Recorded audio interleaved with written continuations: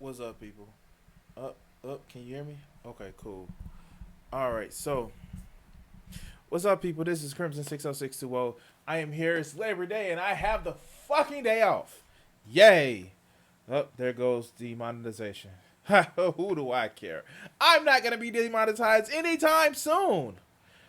But, but, I do want to say this. Now, this isn't a call out. This actually is a invitation. I have had a couple of back and forths with some interesting people in my comment section. One of the things that I always say is I welcome you to come on my channel and have that conversation with me. And let me just give you guys some interesting things not to talk about. First, I know that I'm overweight. Shocker. I am a 37-year-old man that fucking works 50 hours a week, and I don't have as much time to prepare meals or exercise as much as I fucking want to.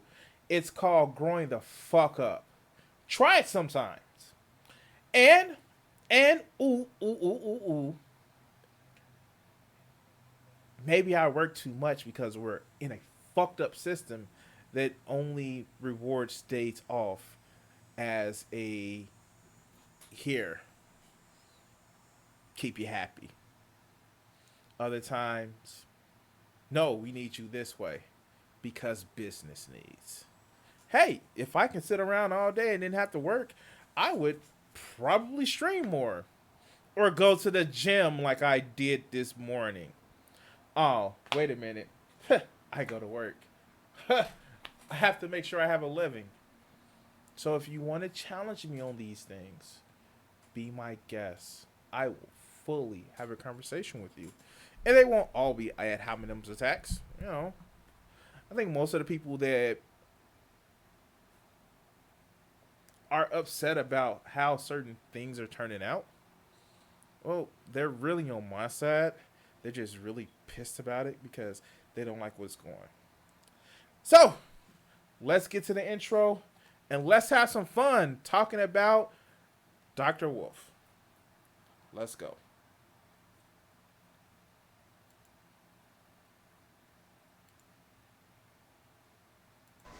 You can support me at patreon.com/Crimson60620 PS4 Gaming. And you can also follow me at Facebook, Crimson60620 PS4 Gaming. Thanks for your support and enjoy the video.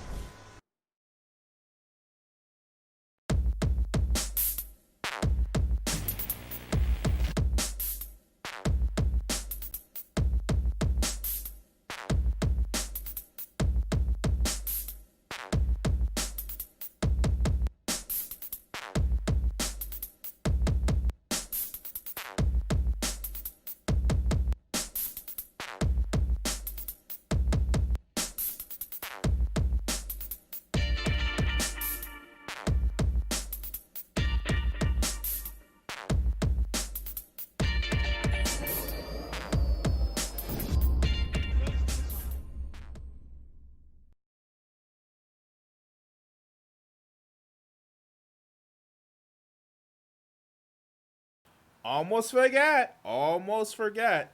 So hey guys, how are you doing today? And what I'm doing today is playing fucking Conan Exiles. And I'm actually going to do it on an official server. What? No. So I'm actually going to do it on the official server. Hopefully meet some people with clans. I'm going to do PvP conflict. And we're going to do official. It's less you can actually do on the official where it's kind of fucked up.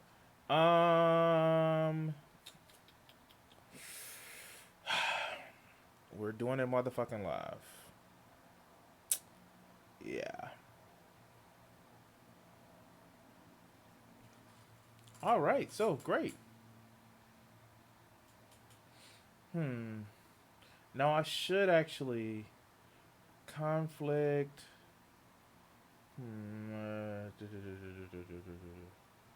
That ping is shit. Okay, so let's look at it.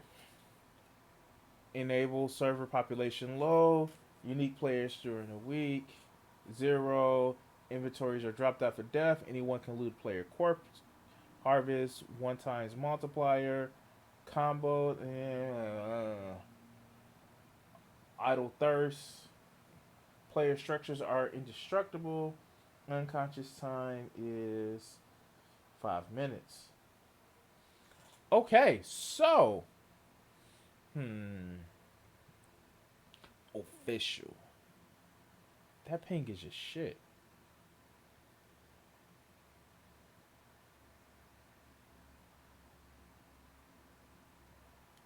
Let's go. Wow, I've just committed to having to play this motherfucker every day. But let's continue. Oh, so let's go into why I decided to actually have this today. And we've already started. Hey, Jill. How are you doing today, man? Ready to go back to school, Mr. Teacher?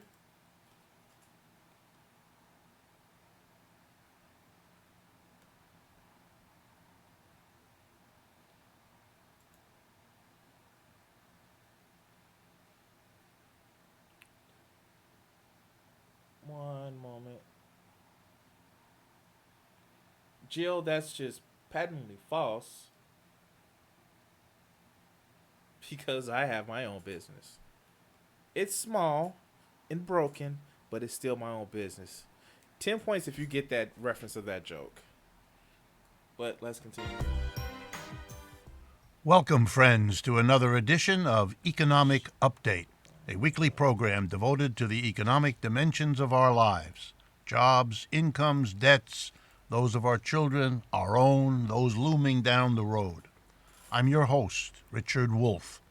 I've been a professor of economics all my adult life, and I hope this prepares me well, or did prepare me well, to offer you these insights into the economic conditions of our lives.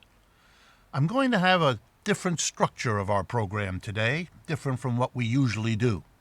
It won't be a few updates at the beginning and then an interview or an extended discussion. Instead, I want to use the whole time I have with you to investigate and explore something central to the last half century of American economic life, and particularly important right now. All right, so he's given his well, this is Richard Wolff, and he's given his bona fides about what's going on with shit. Okay, with why he talks about this, and like, to be honest with you, shit, because this shit is important. This is important. Actually, people diving in and wanting to learn economic principles are important because we need to have a freaking populace where we are curious about it. And I don't mean curious in the sense of, well, we're just going to know one thing to confirm the biases that we already have. We actually want to have a sense of, we don't want to just leave certain things to experts, not things that govern our lives every fucking day. And I wish it was. I don't want. Don't need no beer game. I just need rough shit on the face. Straggly. Okay. So let's change that facial hair a little bit. I got some gray coming in, so I'll probably that. Okay. So yeah, it's important that we actually at least are curious about this shit.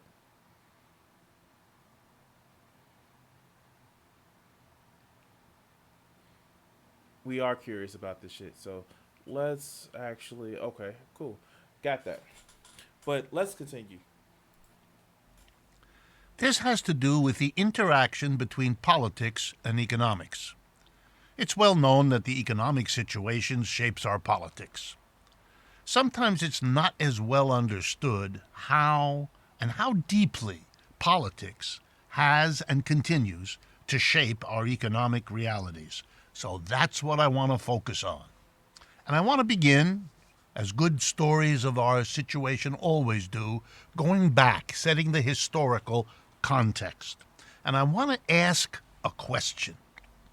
At the end of World War II, late 1940s into the 50s, something remarkable happened politically in the United States.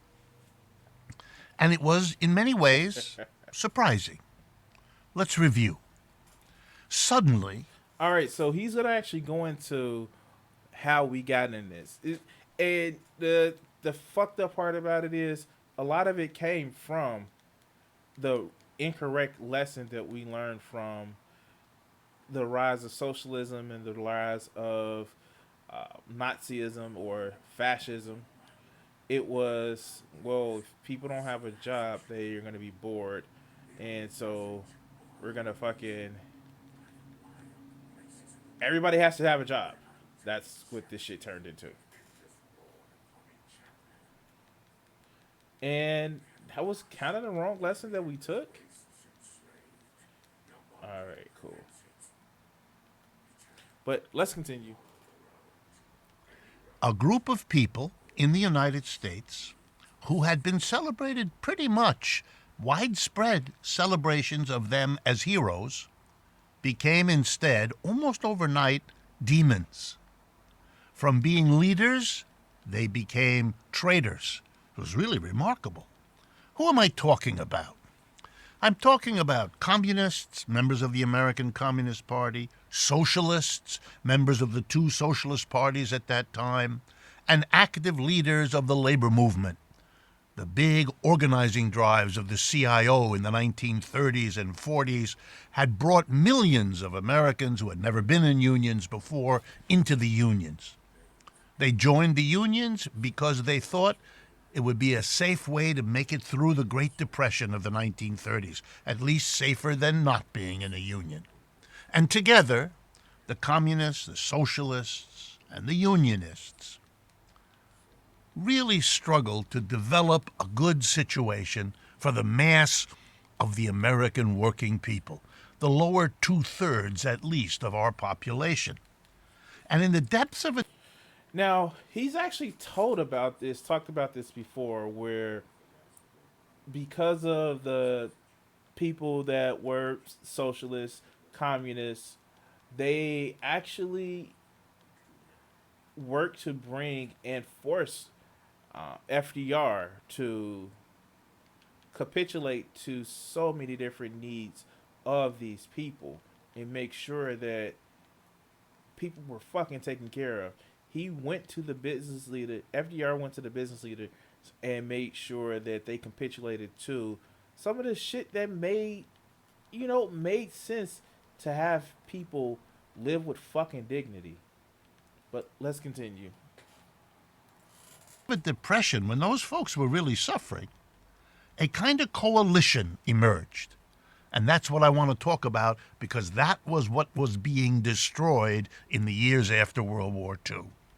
The coalition of communists, socialists, and unionists was strong enough to basically pressure the then president, Franklin Roosevelt, during the 1930s, to institute 4 basic programs that helped average Americans in a way no previous administration had dared to do. Here's what they were. First, the creation of the Social Security system to give 65-year or older Americans a check every month for the rest of their lives. To help survivors, to help people injured early in life and disabled. To take care of our friends and neighbors, our family members who needed it. In the midst of a depression when people were suffering, the government stepped in, not only helping, of course, the older folks, 65 and over, who got that monthly check, a lifesaver, but also helping their children. So this is one of those things where it's just like, man, this is awesome because what ended up happening is more people were able to. We just had people were able to live a little bit better. People were able to fucking not just have to depend on the fucking kindness of strangers in order to make sure that they can actually survive and live. Did I get four yet? God damn it, I got four. Good shit. I don't want to go into this motherfucking wasteland without a fucking weapon. Anyway, but people were actually able, it just helped so many people. And what do I need? I need some fucking.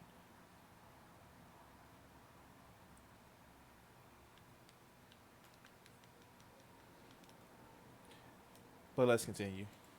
Who therefore didn't have to help their mother and father the way they would have otherwise had to, because the government was lending a hand. As soon as the Social Security system was set, the government did another thing.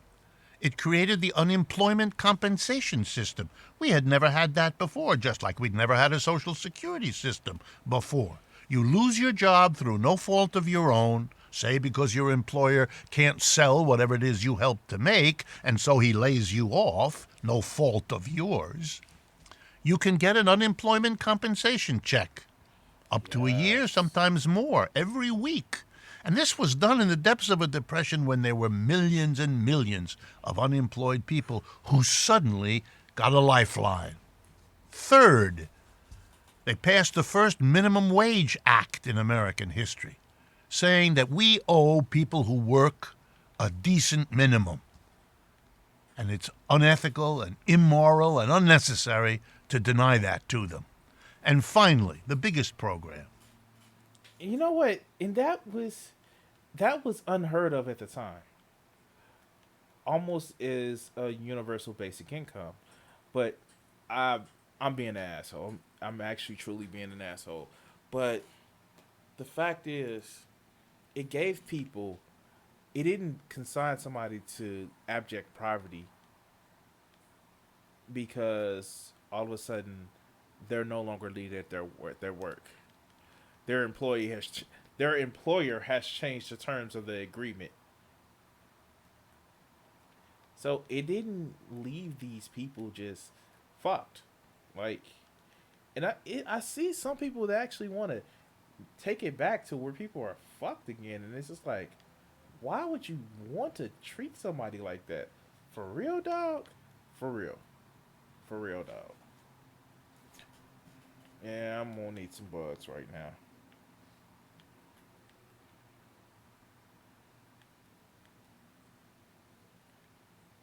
I can't pick it up. Alright, cool. But let's continue. The decision of Franklin Roosevelt's government to say that they would hire millions of unemployed people. Roosevelt said, if the private sector, private capitalists don't hire people, we will. And the government did. And it used unemployed people to make many of those national parks out west that Americans love, to do some of the first conservation work in American history, to give artists of all kinds a job, bringing artistic activity to the mass of the American people in a way that had never been done before and, by the way, has never been done since. Exactly. Unemployed people got a good job. Maybe I'm a little biased because, man, you actually are able to get artists jobs and working, and it wasn't just in the privy of rich motherfuckers. Maybe I'm a little bit biased when it comes to that. But let's continue. Doing something useful, and they got paid properly so they could make their mortgage payments. The mass of people were helped because millions had joined unions and had become interested in and listened to socialists and communists who said people deserved that, and an economic system that didn't provide it maybe wasn't justified. Wow. Oh, Fuck you. And where did the money come from, in case you're wondering? In the 1930s, in the depths of a depression, when the government didn't have money, how could it pay for Social Security, unemployment compensation, and hiring 15 million unemployed people and paying them? And the answer was that Roosevelt taxed corporations and the rich. Shit. That's right. He taxed corporations and the rich. And that's how he paid for it. And the result for him as a politician, Roosevelt, was that he was reelected 3 times across the 1930s. He was the Fuck. most popular president in the history of the United States because he was the one who went after corporations and the rich to help average people. But he didn't do it because of him. If you look at his entire political history before he became president, he was no radical. He was no left-winger. He was a conventional rich kid. Went to school in the right universities of Harvard and Yale, etc., etc. And he was the nephew of Teddy Roosevelt. And he was actually one of those business leaders. And this is one of the fucked up parts about it. You get these people who are, let's just say, born with a fucking silver spoon up their ass. And they get all uppity about how they work for what they have and all that other good shit. No, dog, your parents. The fuck? Like, are they really doing this right here, right now?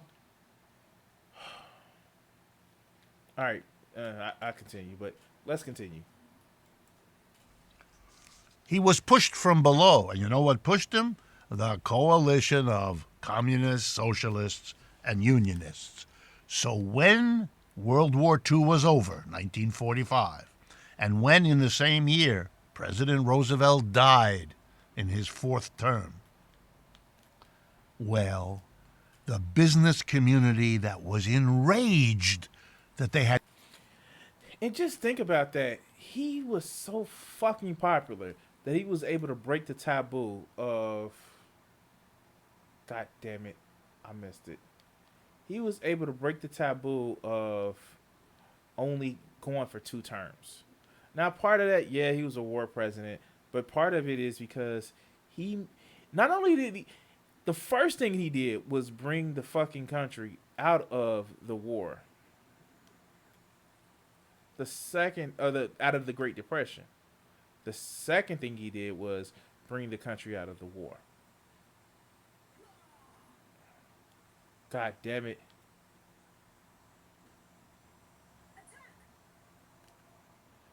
Ah, I'm trying to run.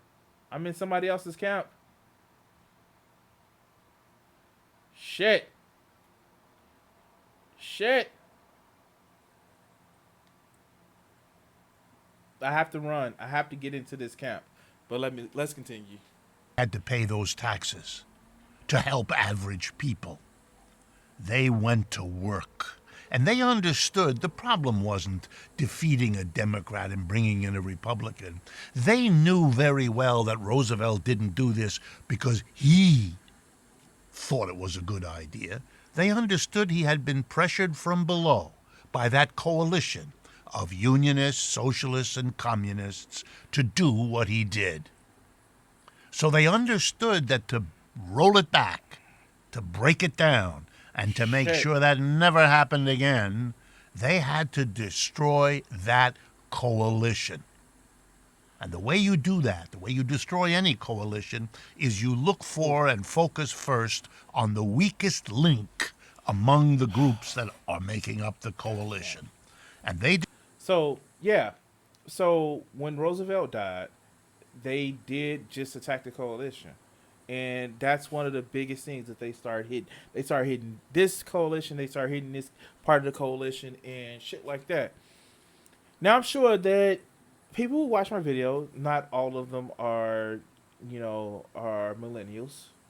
I technically am a millennial. I came of age in the year 2000. But also, my father was a union licensed plumber.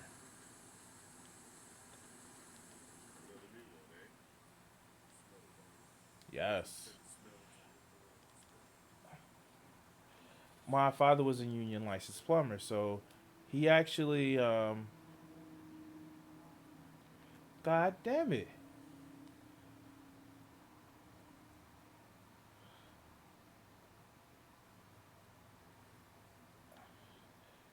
Oh, dog. No, oh, I'm about to say. I needed that shit.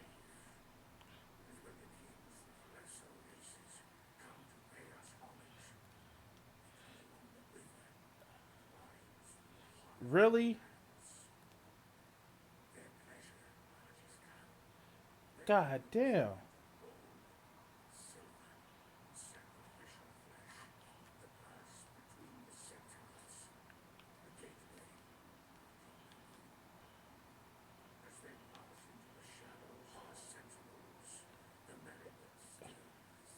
Damn. The places where I normally farm is fucking. Okay. Damn it. They have shit there. Well, at least I know I got a little bit of time before the next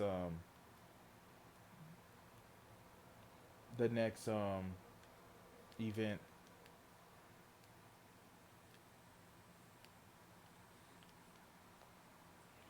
All right, do I get bucks?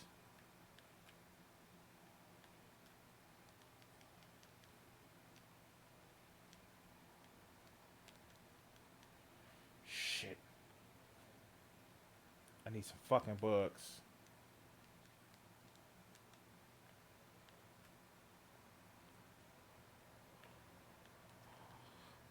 All right, but let's listen. Determined in 1945 that the weak link were the communists, the Communist Party. So overnight, the Communist Party and its activists, who had been leaders of the unionization movement in many industries, who had been leaders in the struggle against fascism in Germany, in Italy, in Japan, became overnight not leaders, not heroes, but demons. They were converted into agents of a foreign power, the Soviet. So the first thing that they attacked were the communists. The reason why they attacked the communists is actually pretty simple, because they share a name with, which in reality was a pretty evil guy. In name only, you had the fucking Soviet Union. It was a fucking totalitarian state.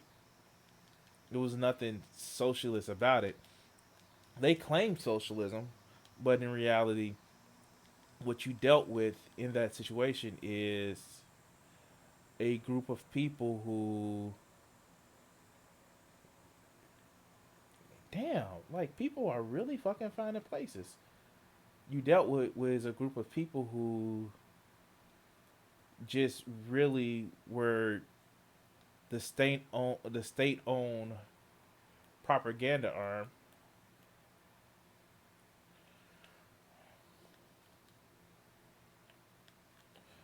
And you actually saw a lot of people. It wasn't the people owned. That's the thing. It was not the people owned when it came to the Soviet Union. It wasn't communist. Hell, it wasn't even atheist, to be honest with you. The Soviet Union, Stalin was actually the head of the Russian church. They didn't get rid of the Russian Orthodox Church. It was still there. But let's continue. Soviet Union. Kind of remarkable if you remember that in the previous 45 years, from 1940 to 1945, the United States and the Soviet Union were allies in a war against fascism in Germany, Italy, and Japan. That soldiers from Russia and America worked together with the same objectives in a coordinated struggle. They were our friends, our allies, our supporters. Suddenly, they had been turned into arch enemies. Damn it. And so, in the aftermath, All right, so this is another thing. Because of some dickish moves on both parts. You saw a lot of our former allies become our enemies, and it was dick moves on both parts. I'm not even gonna lie. You especially where you saw what was happening post war in the division of Germany. It was not pretty at all. Had to fucking eat berries. I want some fucking eggs. Ha ha! Motherfucking eggs. Let's continue.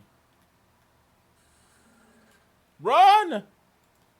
Of World War II, after the death of Roosevelt, we had in America a political purge, really of the kind you rarely see in the world and like nothing else in American history. The government, big business, and conservatives everywhere went on a tear to arrest communists, many were, to deport many of them back to countries they had left sometimes 40 years earlier, to demonize them as Shit. evil agents of a foreign power, not leaders of an effort that had succeeded in giving average Americans the benefit of government programs, the likes of which had never happened Well, at before least in I know where I'm American going, right? history. And, footnote, never happened again since then either. So, yeah, they demonized the communists, and that demonization still goes along today. Even though a lot of the fuck, why do people do this? Why? Why do people do this shit? They act sit up here and build bridges and shit to fuck with people. If I walk through here and I get killed, I'm gonna be pretty pissed the fuck off.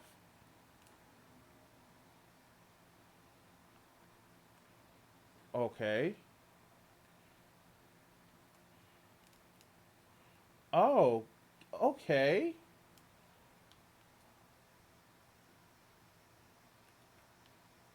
Um, okay. Oh shit. Whoever did this, good job for you. Good job you. Um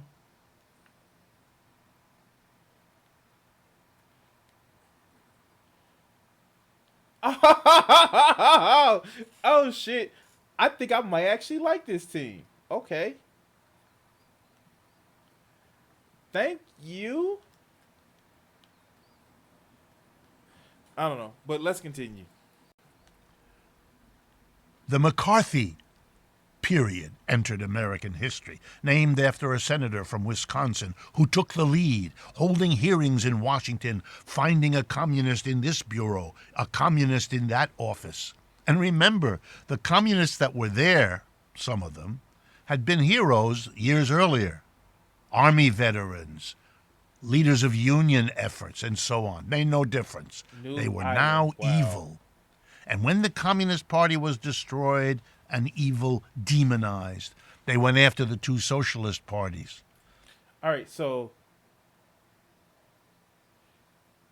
um this is interesting. Wow. Map room end of the island. Um wow, I just hope this isn't a motherfucking trap. Um wow. Gator.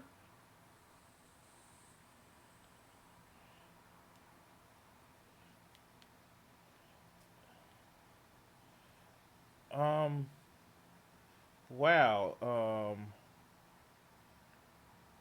Yeah.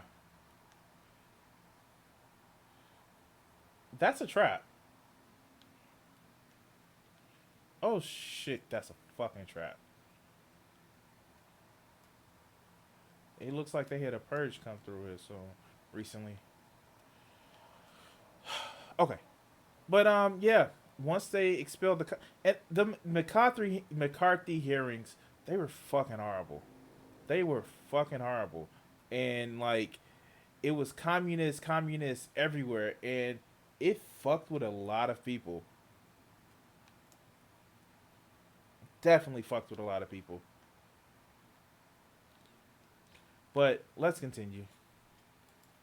Telling Americans basically that socialism is the same as communism, they just spell it differently. And when they were done, they went after the labor movement. And they have done a good job. In They still are going after the labor 1945, movement. labor unions represented a third of American workers. Today, they represent a tenth of American workers. Communist Party destroyed, Socialist parties destroyed, labor movement reduced to a pale shadow of what it once was.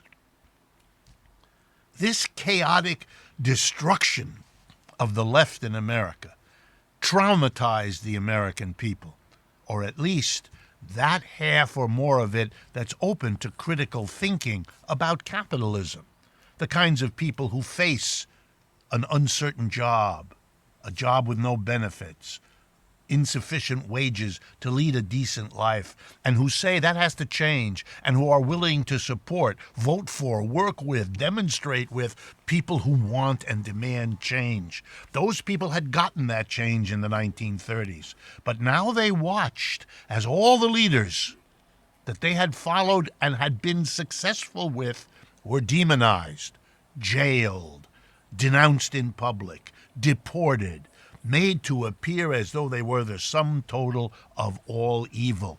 A lesson was drummed into the American people. Don't have anything to do with people who are critical of capitalism. Don't have anything to do with people who are socialist in one way or another. And that lesson is still being taught today. Oh my God. That lesson is so ingrained in the psyche of most workers that you'll be hard pressed for them to actually want to make changes for their lives or the lives of their own coworkers, the lives of their family, because they're so ingrained in the whole I don't want to seem like I'm causing a problem because they're going to make an example out of me.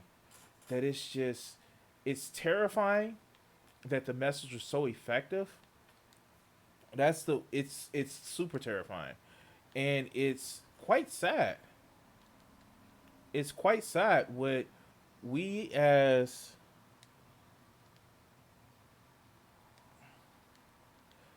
we as individuals put up with in a workplace. In a lot of cases, because oh shit, I almost killed somebody hyena, which I didn't really mean to. What we put up with in a workplace because reasons, and it's sad. But let's continue. Or at least find those ideas worth thinking about, maybe talking about, maybe learning about, not necessarily agreeing with, but as part of the conversation, which is the case in virtually every other country on earth. Let's look at Jill's. No. Socialism, according to history, is a complete failure. So is capitalism by the same token, Jill. Dude, I would like for real have some fun with facts. Shit, damn. Here we go. Let's go. It was bad, it was evil, and we stopped teaching it in the schools, and we stopped allowing newspapers and journals to have articles about it. We didn't publish the books of people who were like that. It was shutdown time, and it lasted half a century. Politics destroyed a whole part of the American political spectrum. And after the break, in the middle of this program, we're going to come back and take a look at the economic consequences of that massive political purge. And by the way, it had very little to do with communism or ideology.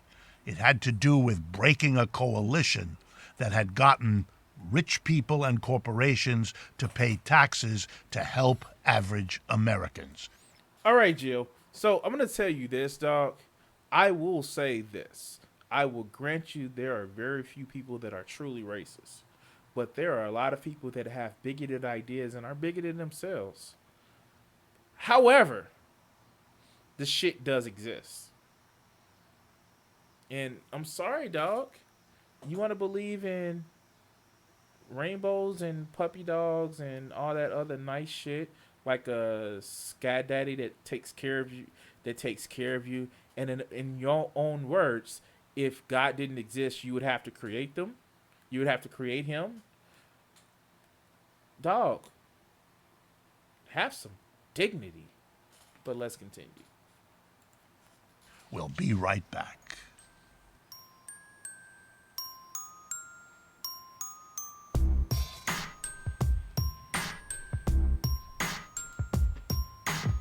Welcome back, friends, to the second half of today's economic update.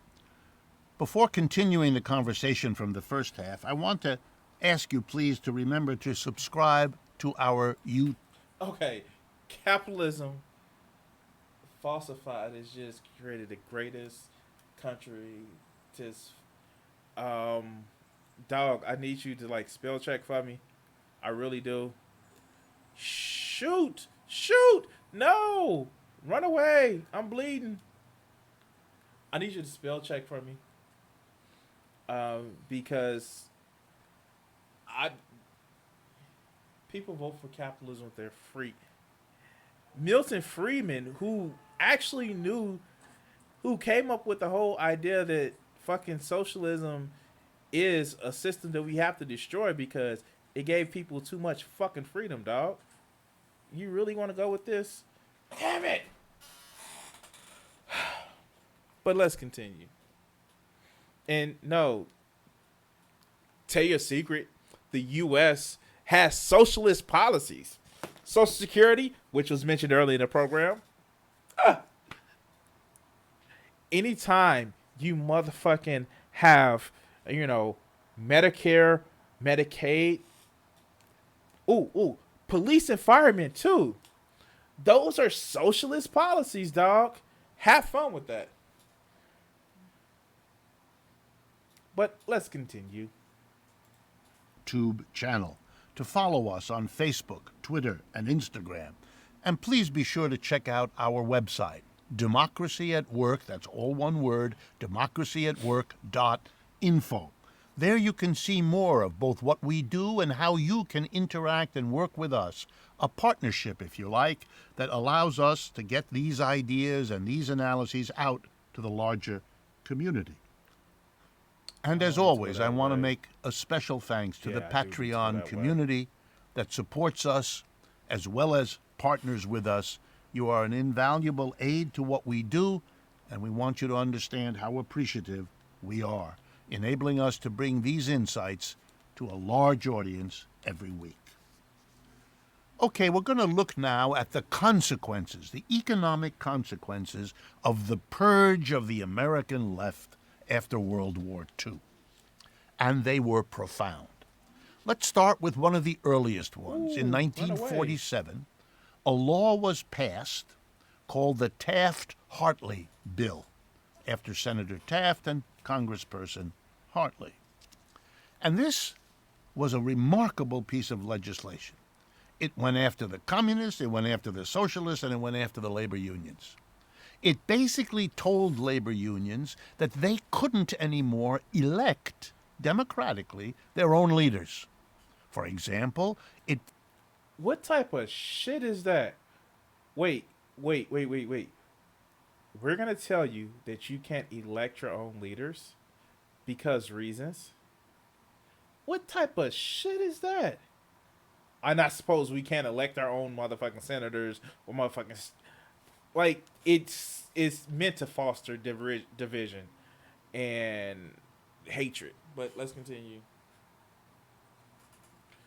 Venezuela is not a socialist state. They socialize the national oil. That's not socialist unless you socializing profits from one industry is socialism. Also, China is not a socialist state. China has some of the biggest and wealthiest capitalists there is.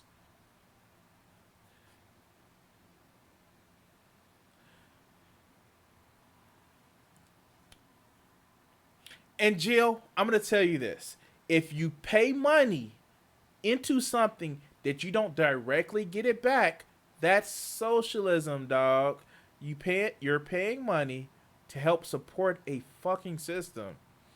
The money that you put in to SSI is not what you get back. At that time, people will be paying for you.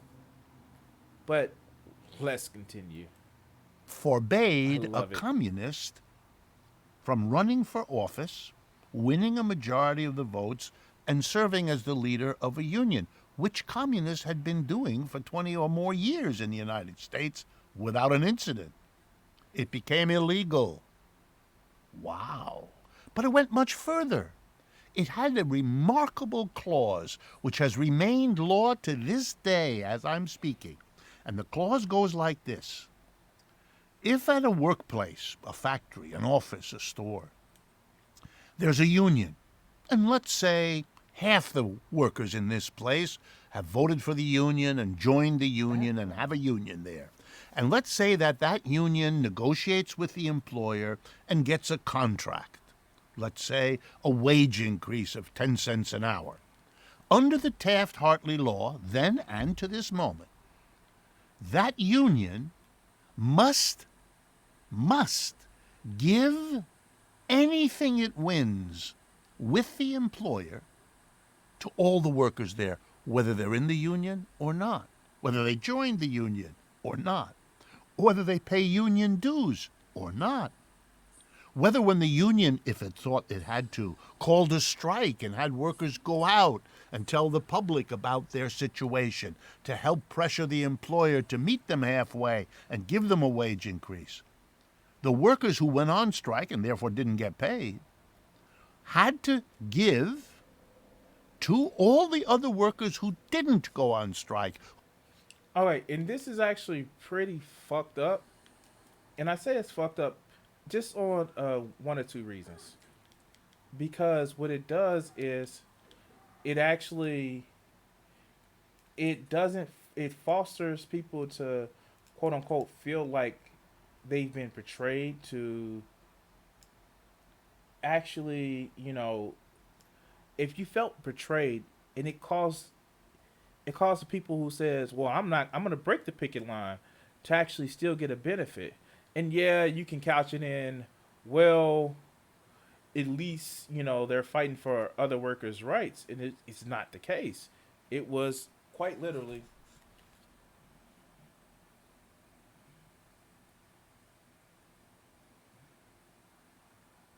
Oh my God, I'm really arguing with Jill on this. Okay, Jill, how about this, dog? I'm not going to stop my stream and I'm not going to stop my gaming for this. How about I set up a time with you sometime this weekend where we can talk about this? Right now, I'm playing Conan. This is the shit that you want, man. You want survival of the motherfucking fittest.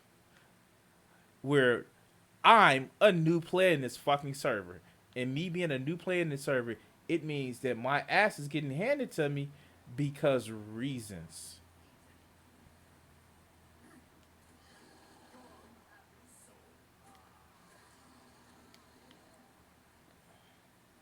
Where is my body?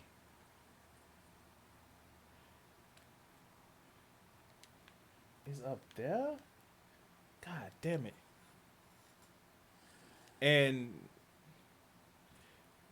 the first Christians were actually communists. It's in Acts. You can definitely look it up.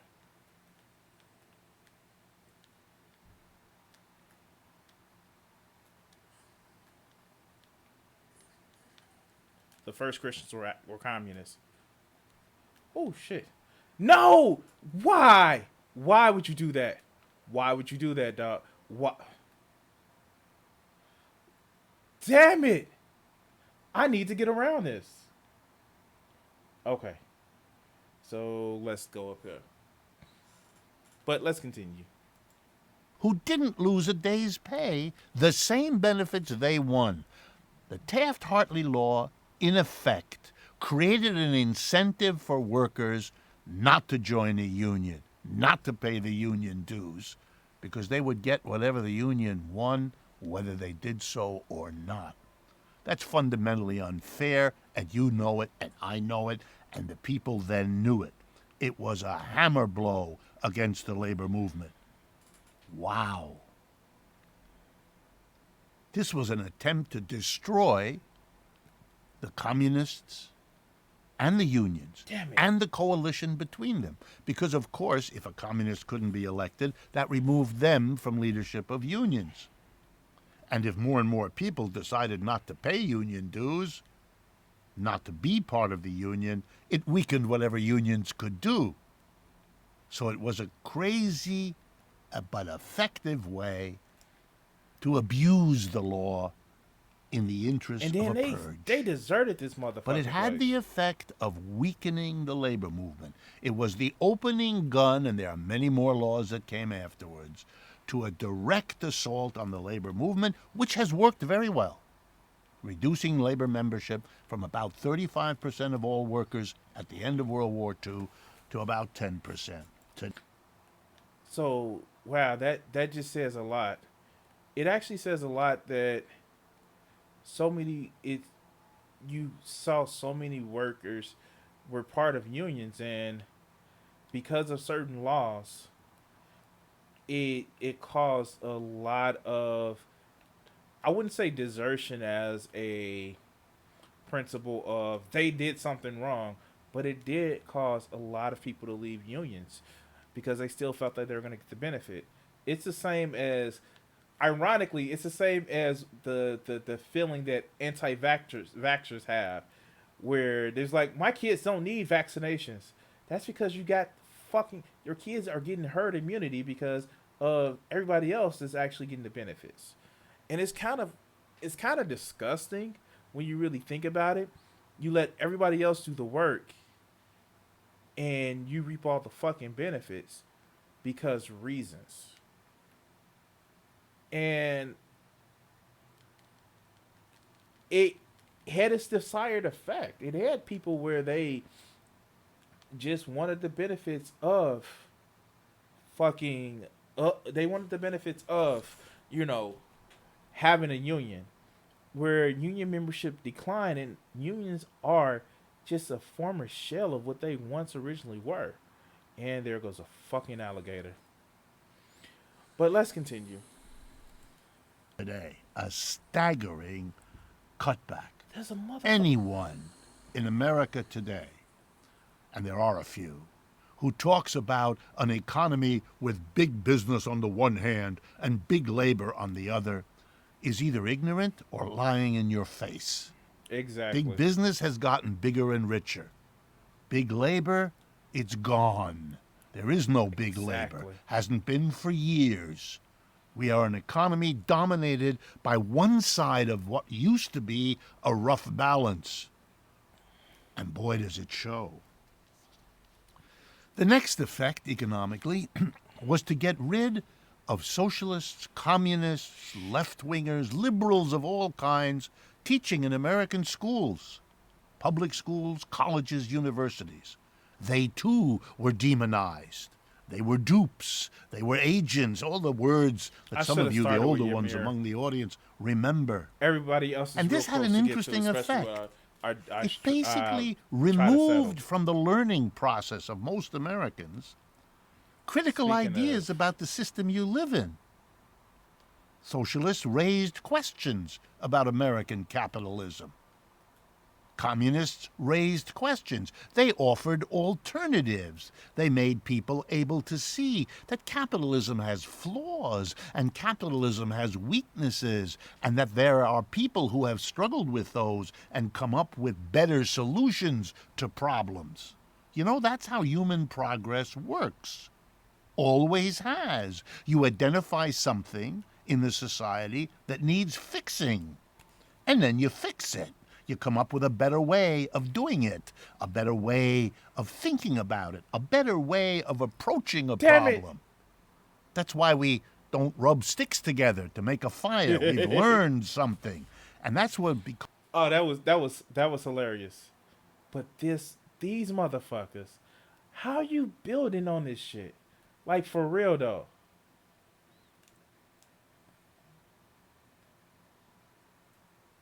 I hate when I see shit like this because it fucking pisses me off. because people are purposefully being an asshole.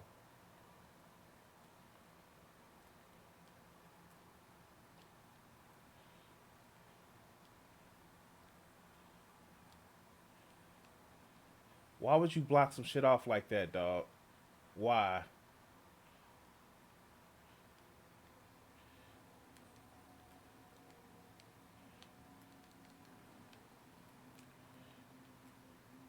Oh, why would you do some shit like this?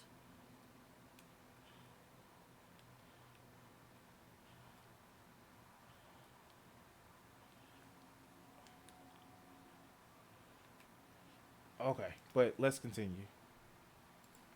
Because people early on said there must be a better way to start a fire than spending all this time rubbing these two damn wet sticks together.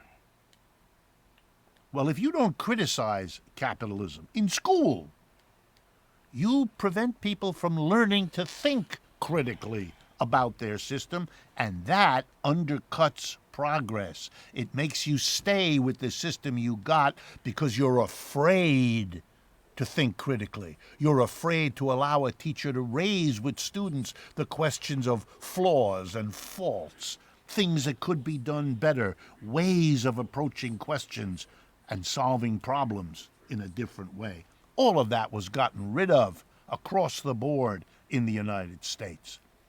Not 100%, you never can do that, but overwhelmingly. And even those professors who were left, who weren't left wing but were left in their jobs, were afraid to say anything because they saw what happened to their colleagues and they didn't want it to happen to them. Oh shit. But the okay. purge went even deeper and further. There was that famous case of the Hollywood 10. The government got rid of, and absolutely with the cooperation of the big film studios involved in Hollywood, of all kinds of progressive, left-wing, socialist, communist, liberal filmmakers, writers, artists, actors, actresses, destroyed their careers to get the message across that Hollywood was not to make movies that make working people heroes. It was to make movies that said our industrial leaders were captains of industry. Kind of fun. All right, so I'm paying attention to Richard Wolff, but it's kind of fucking ironic that he is. Oh, and I can't actually have that up on my stream. Wow.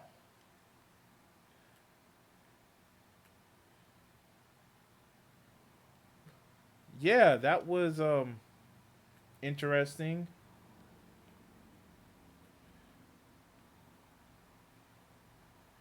Okay, so yeah, that's a thing. Okay, so let me start making foundations. Emergency exit, yeah.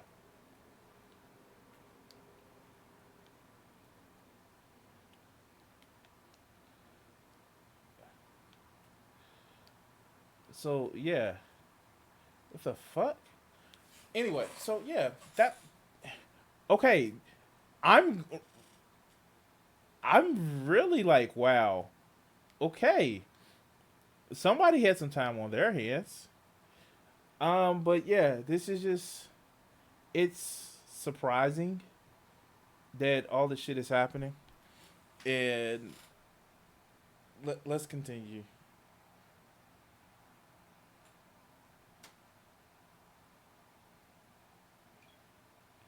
I'm sorry, just checking my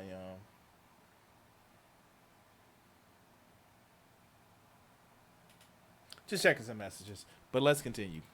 Funny when you think that at the end of the last century, those same people were called robber barons. Wow. You change a culture. And so whether the movies or the TV shows that came in, or the radio shows, or the schools or the universities or the colleges or the labor movement, wherever the purge could go, it went. Hounding people for their ideas, hounding people for the questions they asked, silencing an entire generation.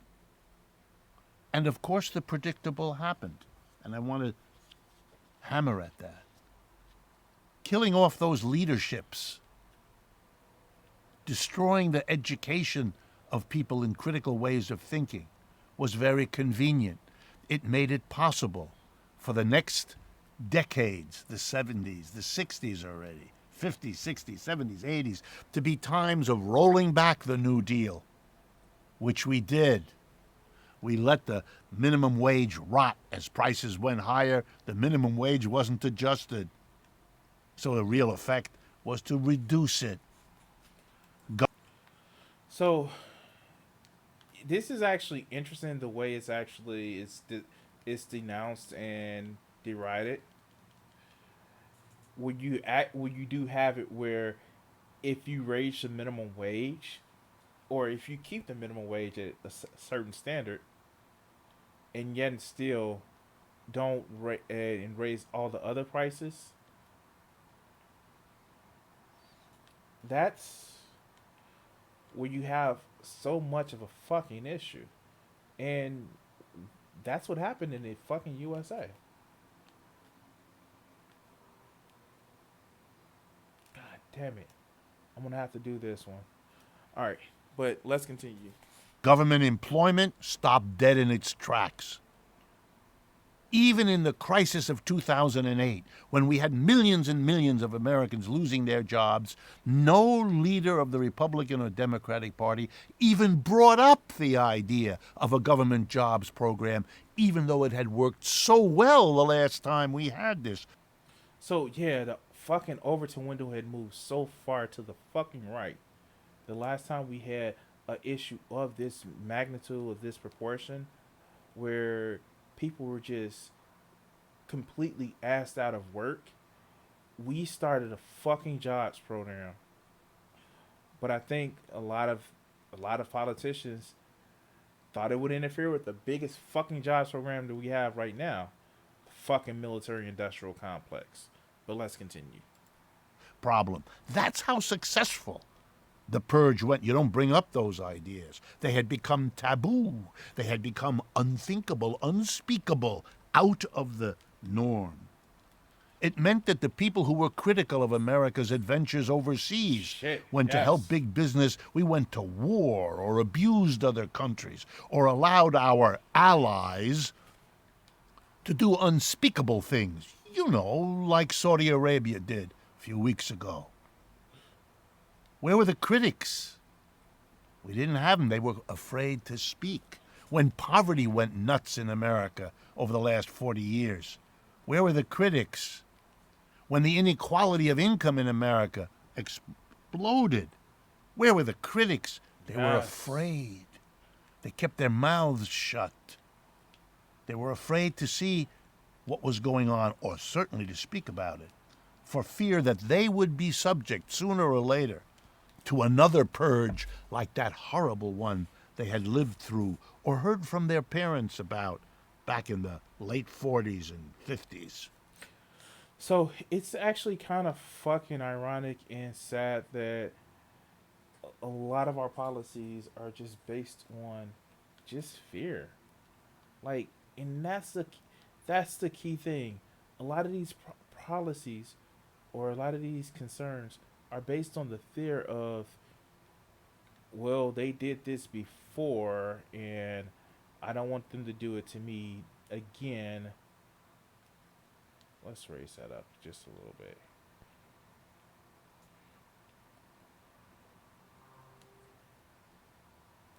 All right, get up. All right, cool. And so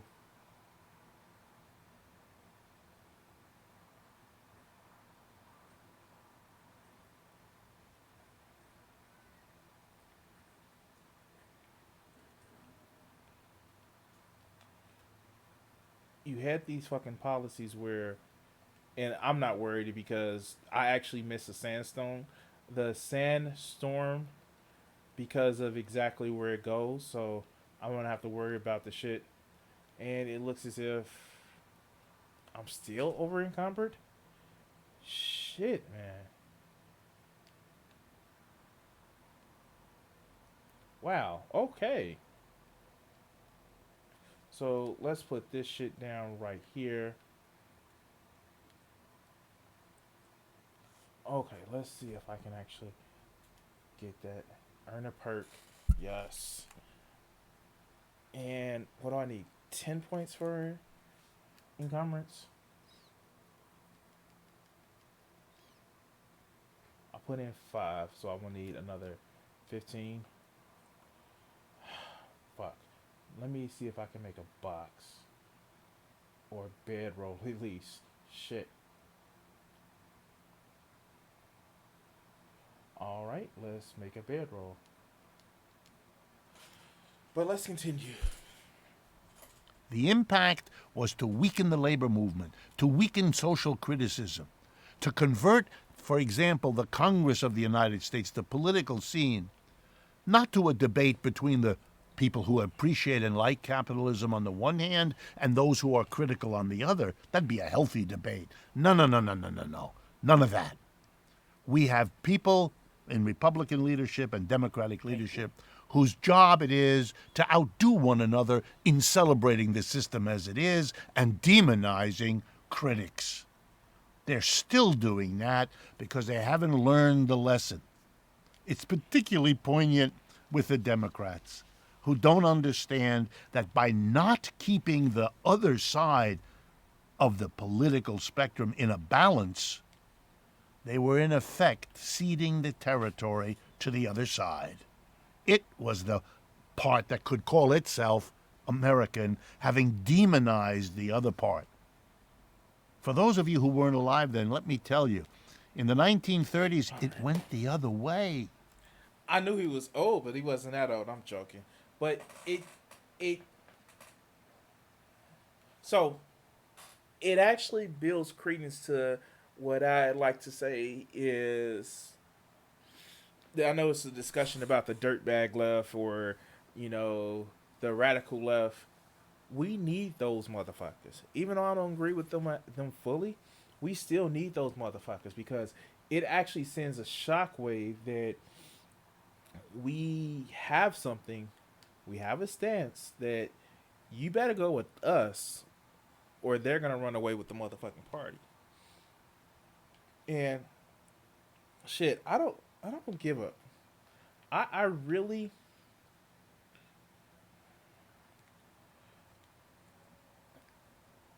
like I said before, I don't completely agree with some of the things that, you'll get the hardcore communists actually going for. But definitely fuck. Let let's see them.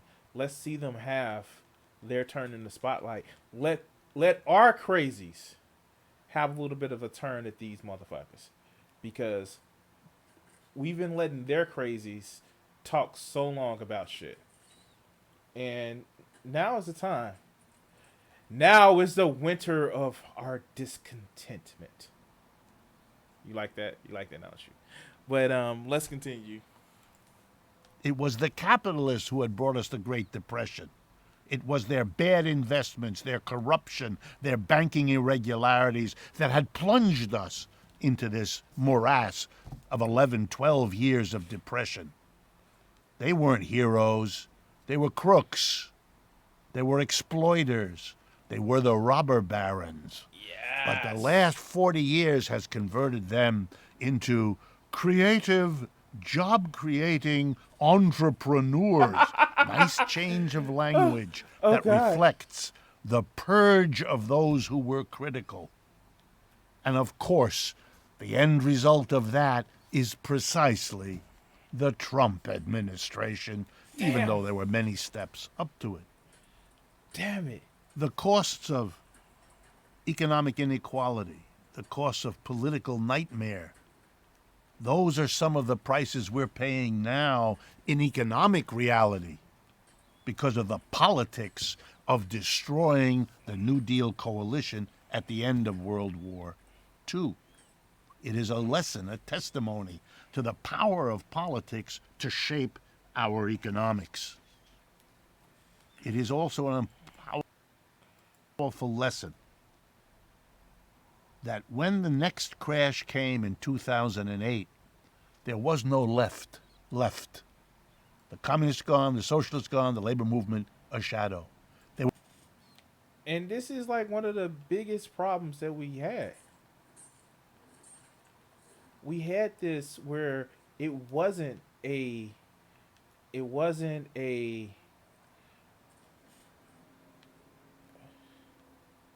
it wasn't a proper barrier,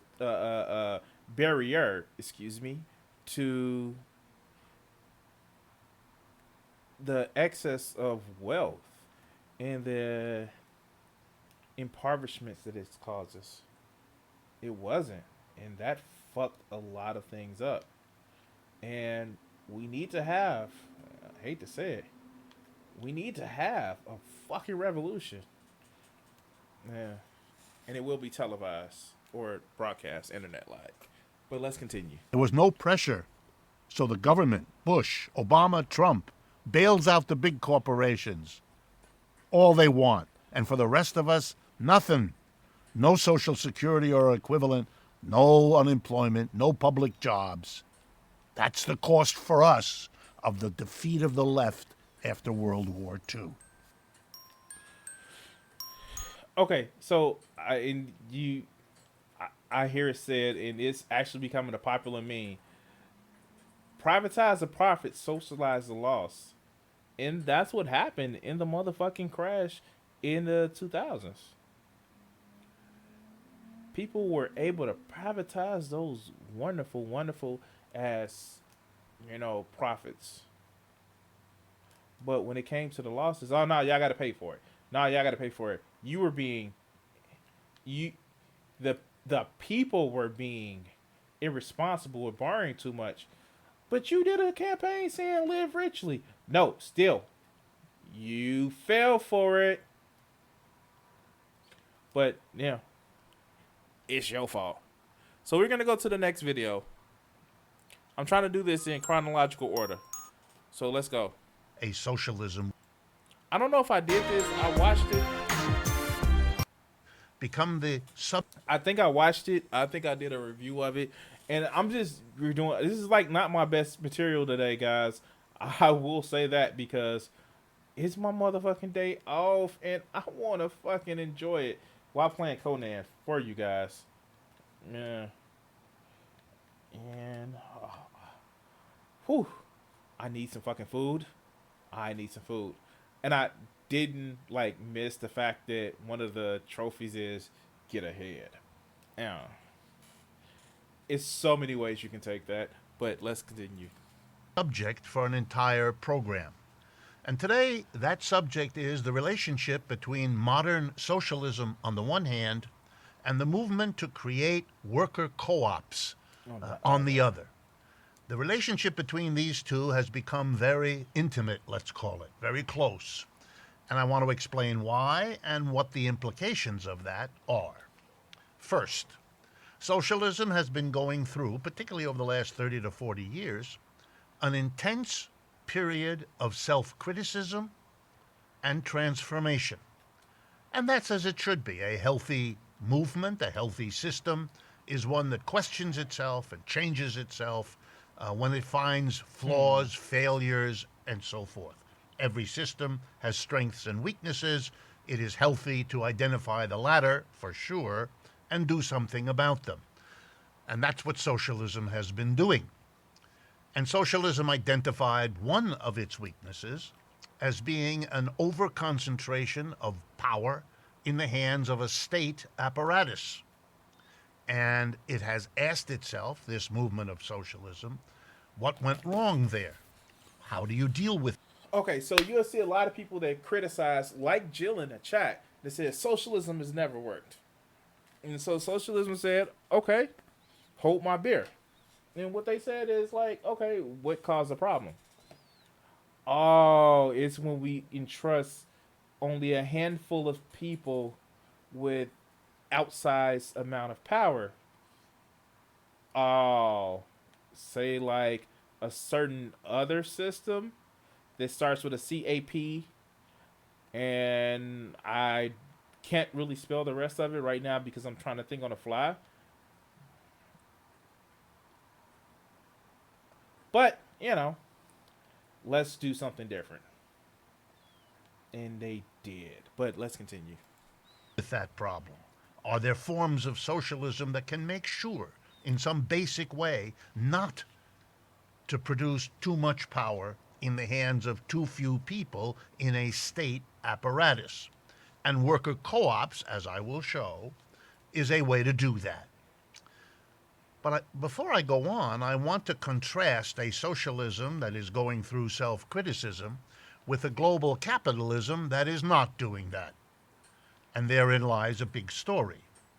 When capitalism is in a declining phase, which I believe it currently is, it is perhaps not surprising that its chief spokesmen and women are afraid to confront their failures and flaws, afraid of self-criticism.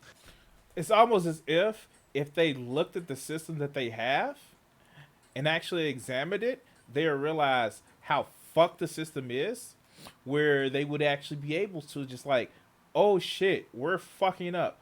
Oh shit, this is really bad. Oh shit, oh shit, here comes a meteor. Oh shit. What are you gonna do about the second one?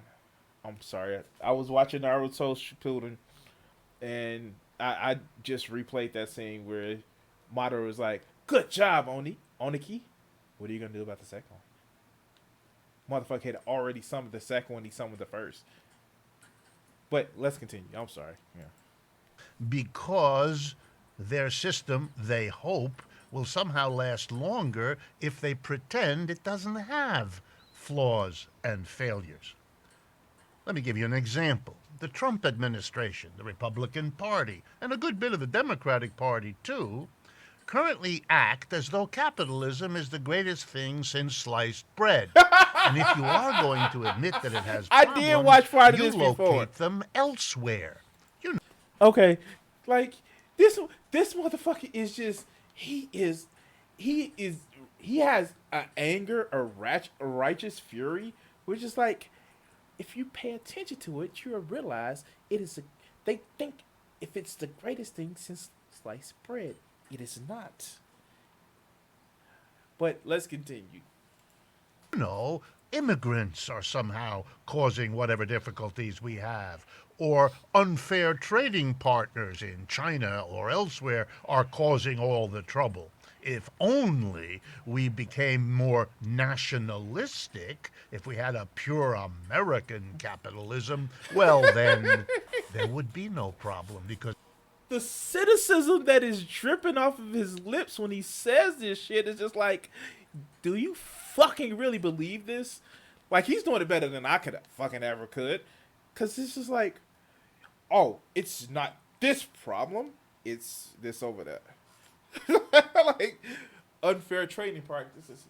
Oh, all the shithole countries, they are dying to get, literally dying. They're risking their lives and the children to escape with these idiots. Oh, Jesus is Lord! It's coming with some expletives. Oh my God! Here's the thing: when you fucking destroy somebody's home country, and you destroy it saying my country is the fucking best, they're gonna try to come to your fucking country. Hey, Jill, guess what? I bet you won't look up the reason why so many of the Central American countries are quote unquote S-holes or shitholes, because I'm an adult and I don't care about fucking cussing. Look that up for me, dog. Look that up. What did America do in those countries? But let's continue. because the capitalist system is always left uncriticized, unfound wanting, and hence no exhaustive self-examination is really allowed. It's celebration time, not criticism time. Celebration, Socialism, for a whole bitches! host of historical reasons, does not have that luxury, and that's a good thing for the development of socialism. So where does the critique go? It goes as follows. Socialism focused on what we might call the macro level of society, the big picture.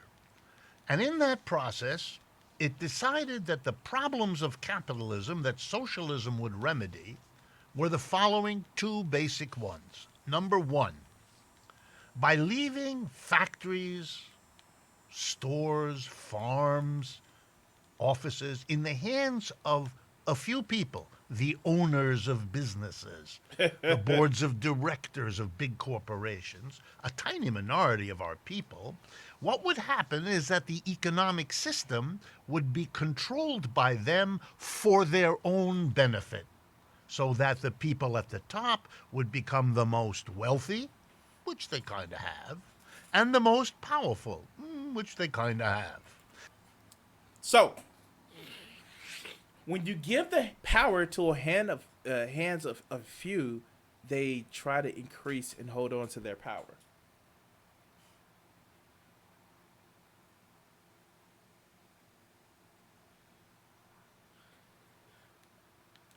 So, Jill, I want you to tell me when. Um, Damn it! How did I just die that quick? I was just right there. I want you to tell me when. Uh, they did the same to black people. Ironically, you still vote for them because I don't want to live in a. I don't want to vote for a party that thinks I'm less of a person, like the fucking modern Republicans. And hear me out on this one. There were Democrats that, were in the party that were racist as shit before the parties flipped, motherfucker. And by the way, even there's still even people that are bigoted in the party now. Guess what? They will never get my fucking vote. What? No. What? You would quite literally have to fucking have a out and out avowed racist. Fuck. Even then, I don't just go by party lines, dude. I look at policies and principles. I think things actually take more than just a cursory look. And you're a teacher, you know what cursory means, don't you?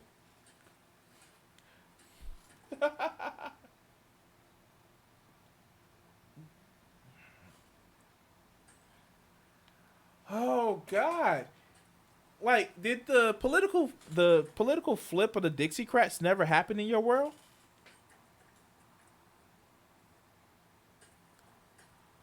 I actually, study history. You're a teacher. You're supposed to know this. Not only that, like, there are quotes. If we pass civil rights legislation, we will lose the South for a generation.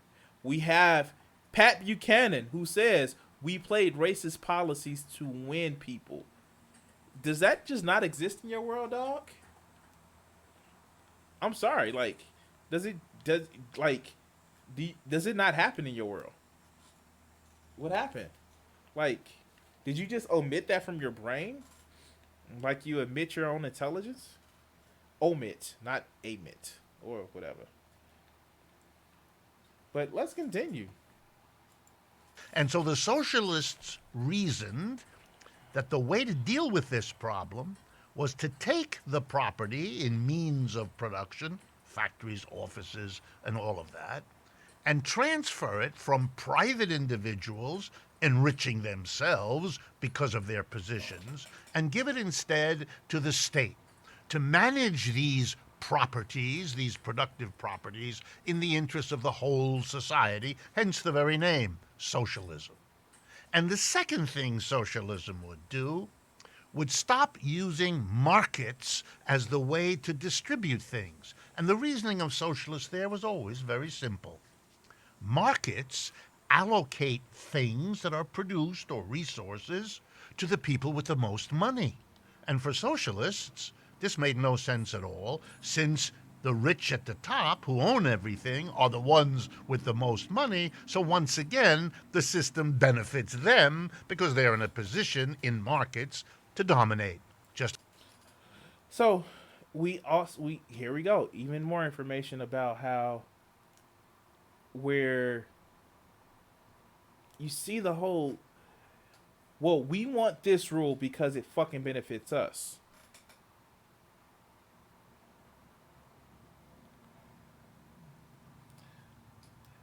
Look it up. Pat Buchanan's apology, dog. Look up the RNC head of RNC's apology for racist policies. It's there. But let's work with this. So you actually get it where you see a lot of these. It's when you have people in power that only want to maintain their own power, you get this bullshit. And this is a lot of the reasons why we have so much corruption in systems.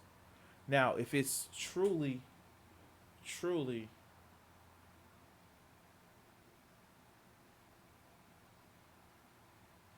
if it's truly a system that looks out for the benefit for either people, be it communist, socialist, or capitalist, you wouldn't have these structural issues.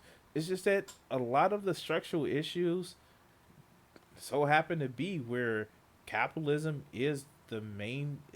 Capitalism helps facilitate the structural issue a lot easier. But let's continue.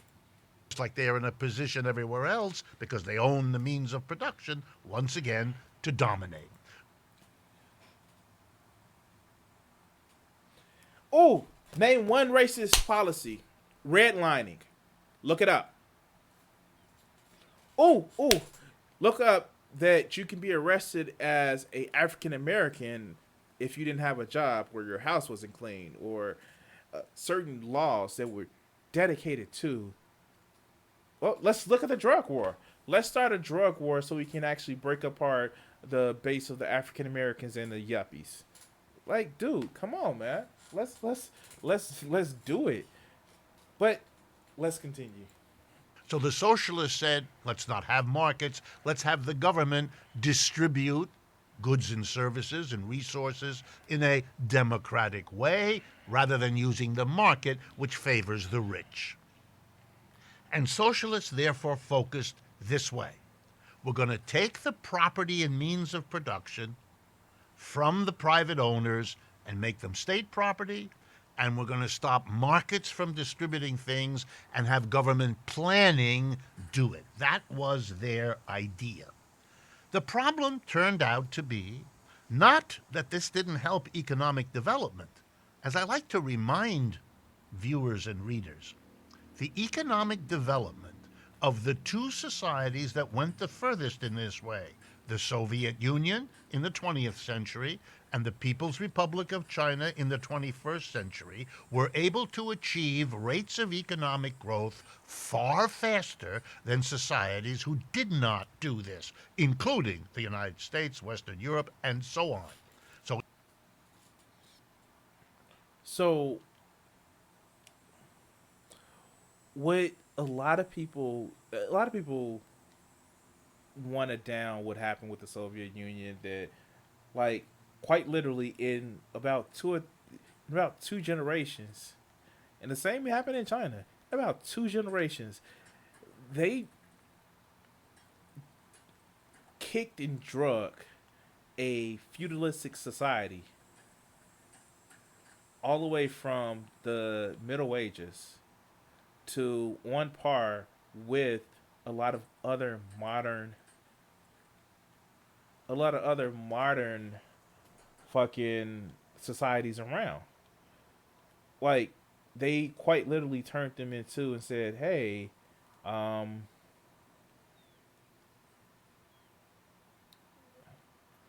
is decayed." Okay, wow, Devil's Rejects. Why do I feel that they actually may be a big ass motherfucking tribe? And on that, I'm gonna leave them alone. But let's continue. if that was the goal of this kind of socialism, it succeeded, even though it put way too much power in the hands of the government, and that had bad consequences, as socialists are the first to understand and agree, having lived through it. So, what happened in the self criticism of socialism was to ask the question, was there something missing? Was there something wrong in how that kind of socialism, which was successful in economic development, but was unsuccessful in the larger social questions of civil liberties, civil rights, cultural freedom, and so on? And they came up with an answer. Yes. The problem, these self critical socialists have said to themselves and others, is this: that socialism addressed who owned the property. So it again, these are critiques that you see in socialism, where it was a critique of basically what went wrong. You don't see these critiques per se in capitalism. You don't see what happened, what went wrong. You see a nothing was wrong. Everything is fine. Everything while the building is burning around some capitalists, there everything is fine. No, nothing went wrong. Everything is fine. And I didn't unlock it. Okay, cool. So yeah, here we go. Furnace, and I'm gonna need that. I'm gonna need that out you. Need that out you. I'm gonna need that out you. What else do I need out of here? Since I'm here.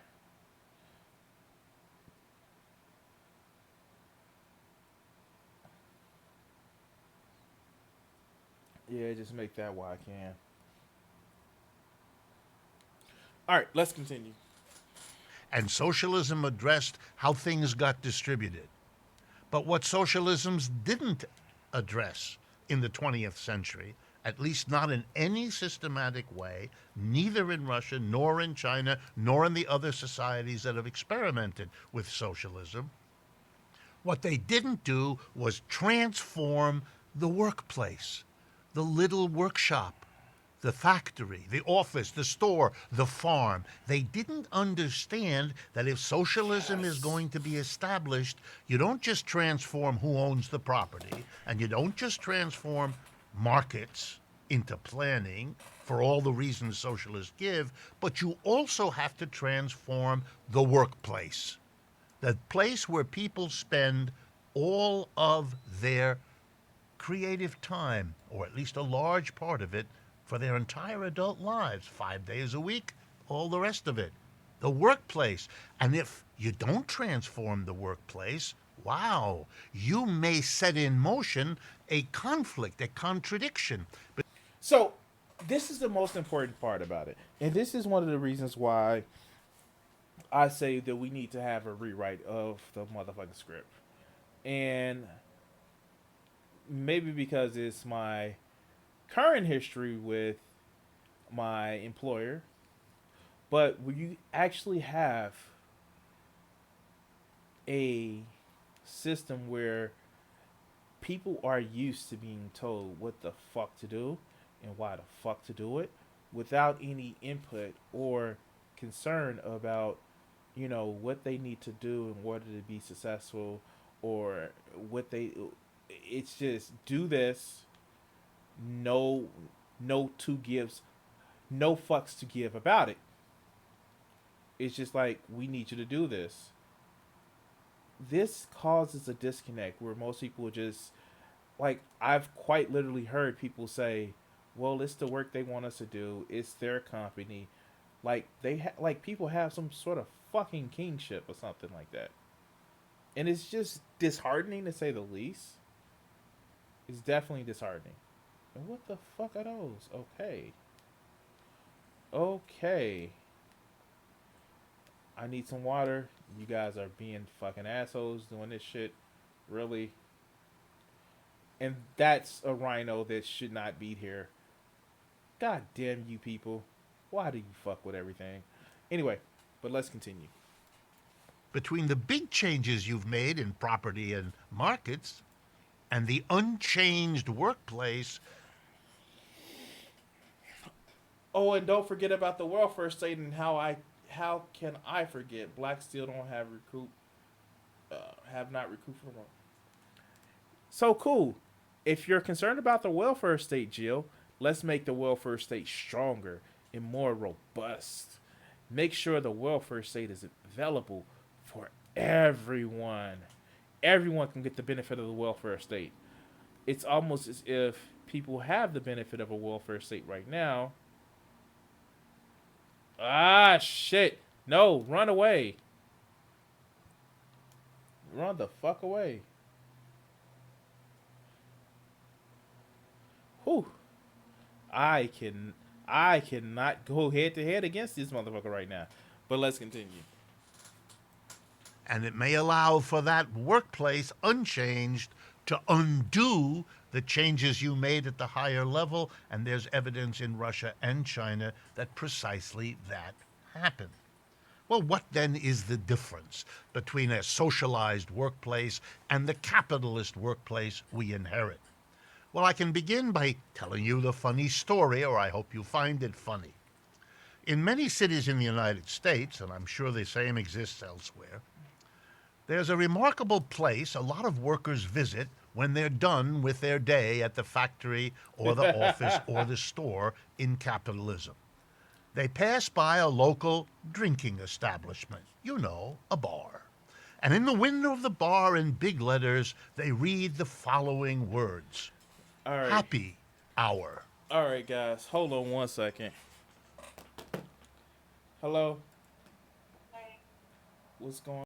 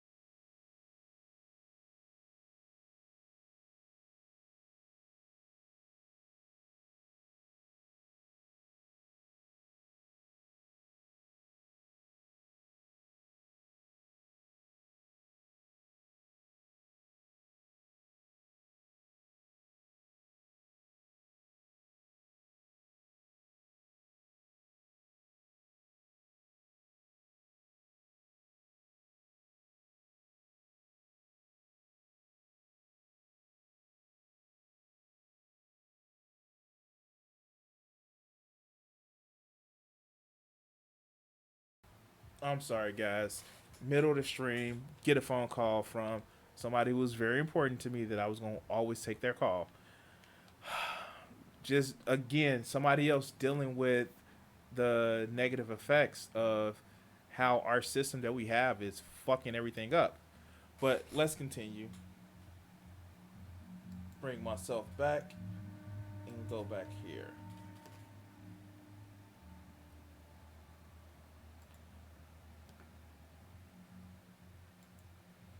There we go.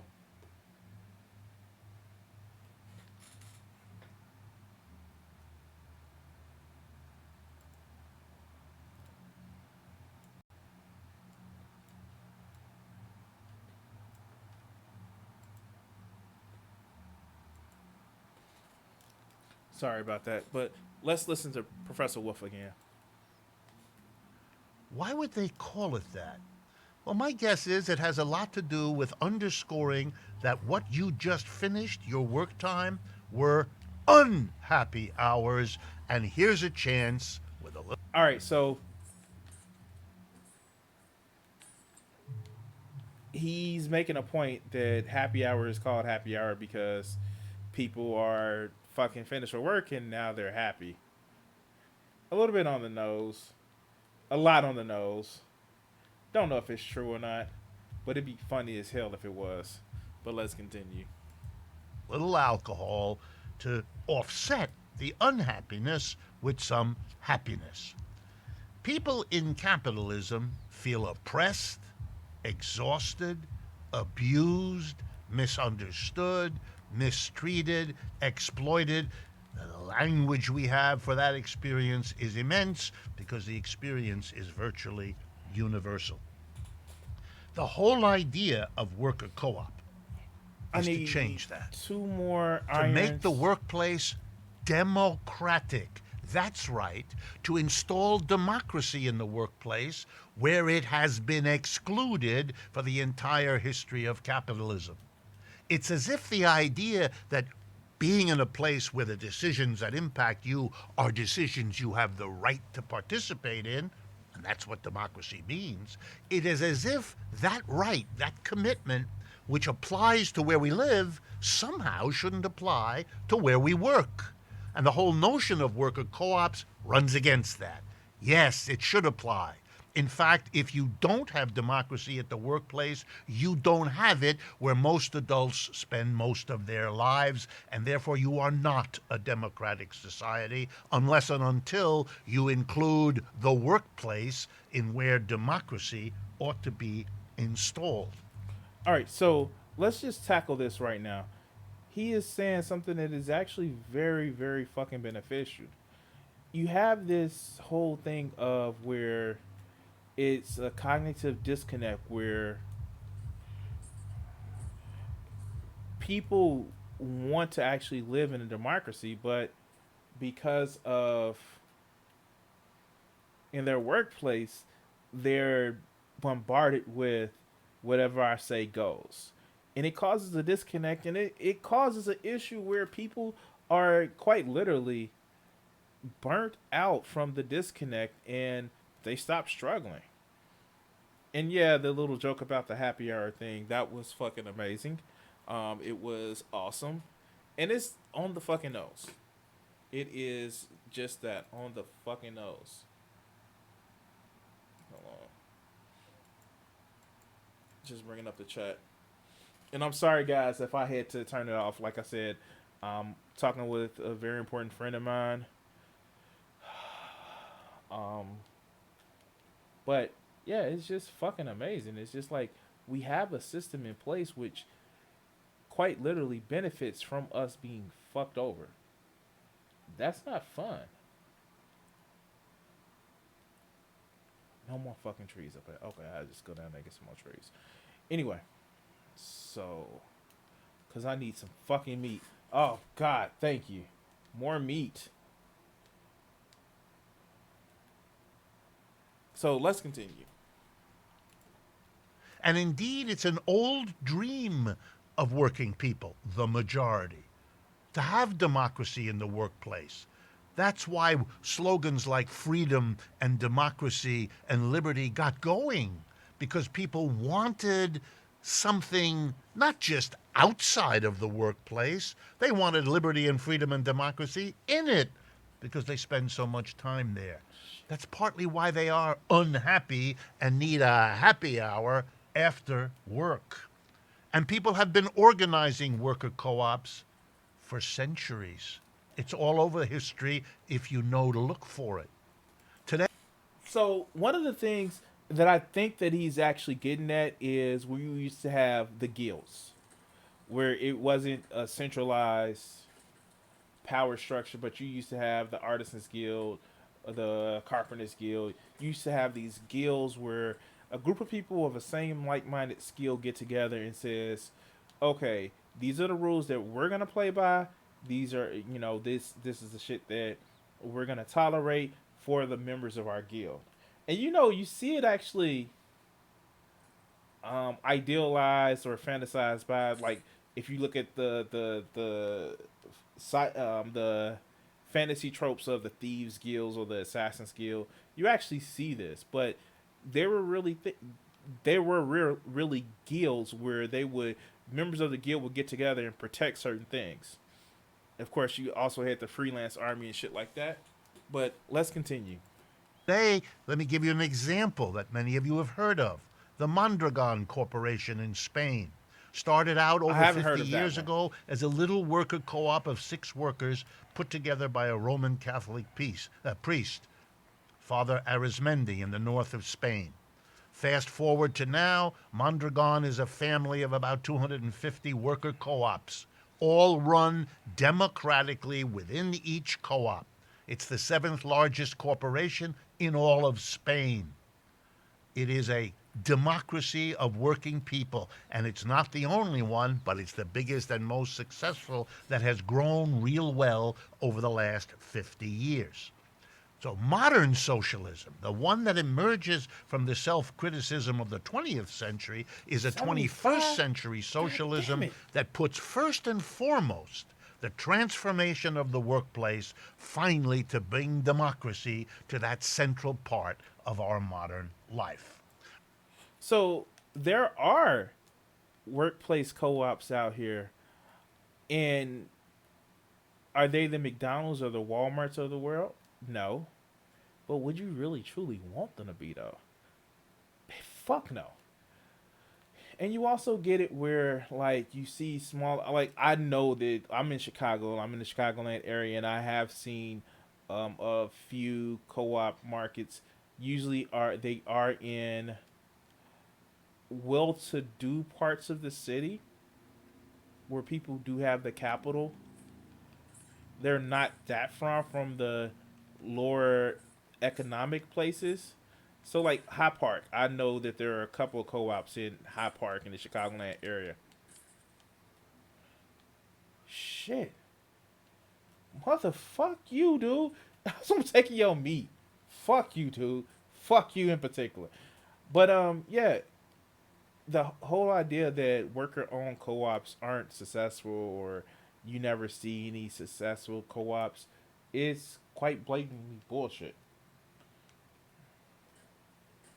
Come on, come on. I need 25 more or 27 more iron. Come on. Shit. This is not fun. Because I need an iron fucking pickaxe. Alright. Alright, come on. Let's roll back up it. But let's continue. We've come to the end of the first half of today's program. Ooh, We will fun. continue. But before that, I'd like to remind you, please, subscribe to our YouTube channel. YouTube is a very important support for us. Democracy at Work is our name. Please visit Alright, I'm gonna actually, since he's shilling, I'm gonna shill. And let's go ahead and do our that. websites. So please subscribe to my YouTube channel. Please watch. Please leave a comment, like, share. If you have a problem, dislike. You know, you can always. I am multi-streaming on Facebook and Twitch, and it would also help if you were to support those channels as well. But Anyway, so let's just talk about what we've talked about in this video so far. I don't know. I'm maybe doing a lot. I may be doing a few videos of his today because I have nothing else better to do. Day off and shit. But hold on, let me fix this. Exit out. My screen is fucked up. Okay, then go back. All right, so let's continue. Welcome back, friends, to the second half of today's economic update. This is a program devoted to the relationship between socialism and worker co-ops. In the first half, we talked briefly about the worker co-ops as the democratization of the workplace. And now I want to focus on what that means, what that implies, and what that enables, so that people can understand why a socialism would move in that direction. Let's begin with the practicality, the immediacy, the local nature of worker co-ops as a central feature of socialism. Transforming your workplace from a place where you did the work somebody else told you to do and lived with the results of what somebody else decided, but transforming it into a place where you are part of a decision-making apparatus, where you participate in designing and directing and not just performing like a trained seal.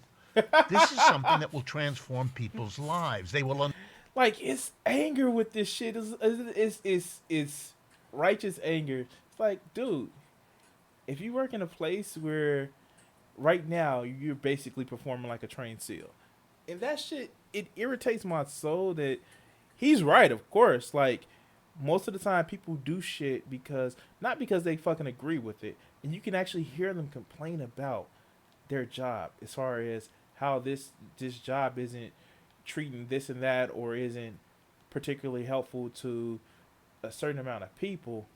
You actually hear them complain about this, but it's just it is a marvel to hold because what happens is because people know that the hands of so few actually control their lifestyle, control their them being able to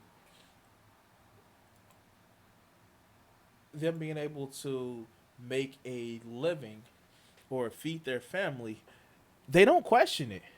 They don't question it because it fucking that means that they would have to question a lot of things and they don't want to risk losing their lifeline. And I get it. I fucking get it. And a lot of people are stuck in a place where they're worried that some of the benefits that comes along with their job, some of the benefits that come along with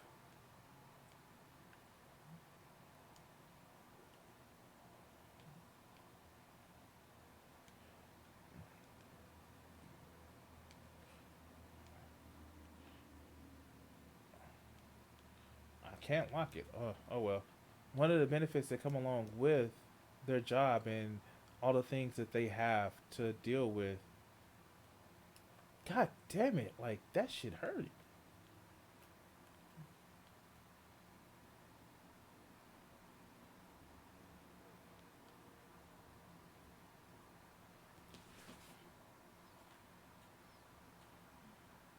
Hmm.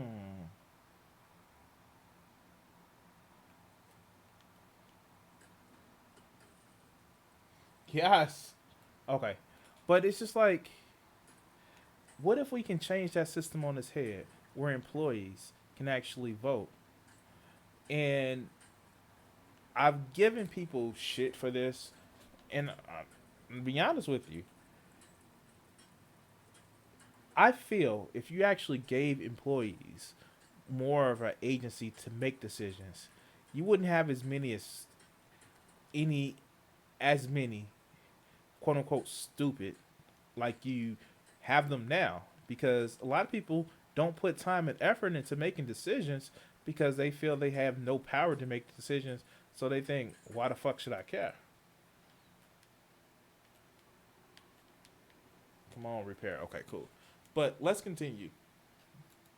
understand that. It will be a socialism that's immediate about our lives on a daily basis, not something done far away in some government office that's abstract in terms of how it functions. You, the working person, the majority, will be at the core of such a concept of socialism. It also makes socialism something that is democratic at the base. The power of the people will be focused on, embodied in the fact that the people own the wealth, the productive wealth of society. That's what's Come on, hampered bitch. democracies so far. You can have all the voting and everybody voting that you want, but if the power of money is concentrated in a tiny minority, they corrupt that. They will have influence based on their wealth and economic position that undermines the whole point and Come on. purpose Come on. of political democracy. What the worker co op does is democratize the power and the wealth by putting it in the Yeah. What do we hands get? of working Yes. people. If you want the economy to work for the people, you got to put them in charge. If you want democracy to be genuine and not just a formality of voting, you've got to put the Oh, people in shit. charge. And they That have to be works. in charge of the economy. Otherwise, the minority that in capitalism controls the economy will also pervert the democracy. And I present. All right. So just listen to that part. One of the best things about democratizing the workplace is that you actually get it where people, like I was saying before, you get it where people would have it would force them to make a not a decision, but it would force them to learn more about a problem to actually make a choice and actually make a decision based on what they know about different problems. It would actually force those people to also invest into being more cognizant of the decisions that they make about their everyday life. One of the and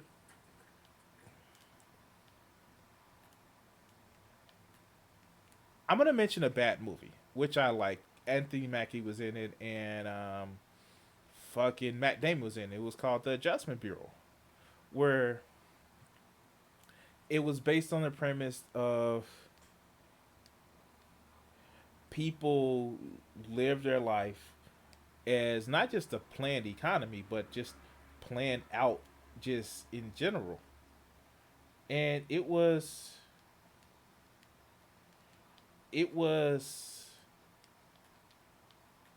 harrowing to say the least, where people didn't have the decisions that they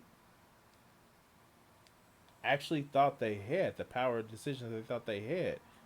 And it it led to, even when people were meant to be successful, they still kind of like, it didn't lead them to happiness.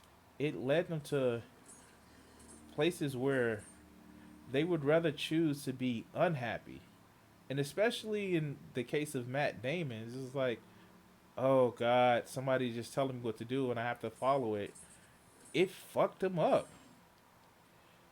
And I say all this because right now we just have one person telling so many groups of people what to do instead of letting them live their lives where it's a choice. And I know people that are going to actually criticize and say, well, that's what socialists want to do for people. No, socialists want people to actually be the owners of their own choices.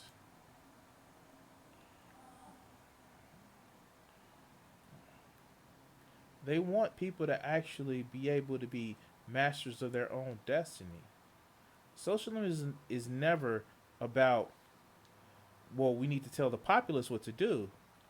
That's not what it's about. It's quite literally about making sure that people have options and can actually choose what to do and how to live.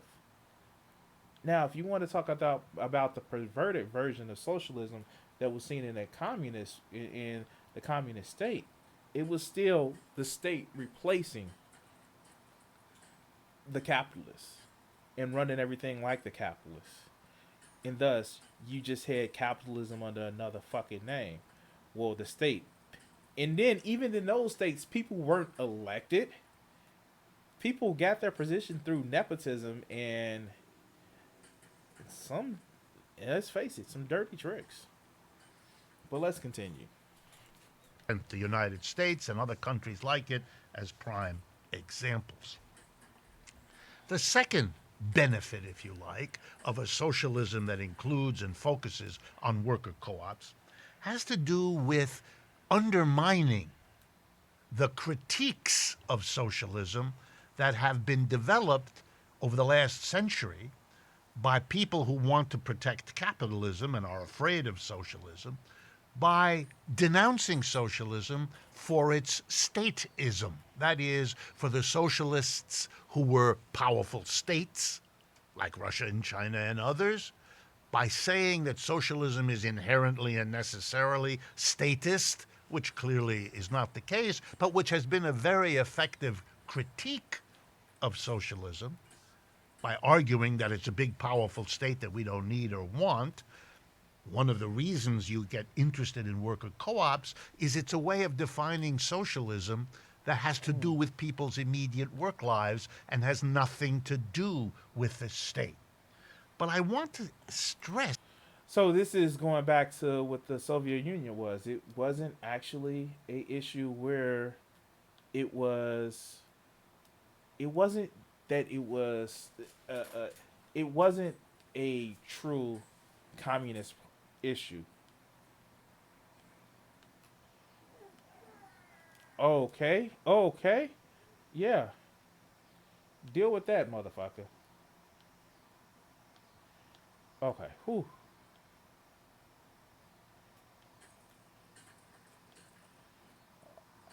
I'm trying to get some iron enough so I can actually make a blacksmith table. When I make my blacksmith table, it'll be a lot fucking easier to do some of this shit. But let's continue.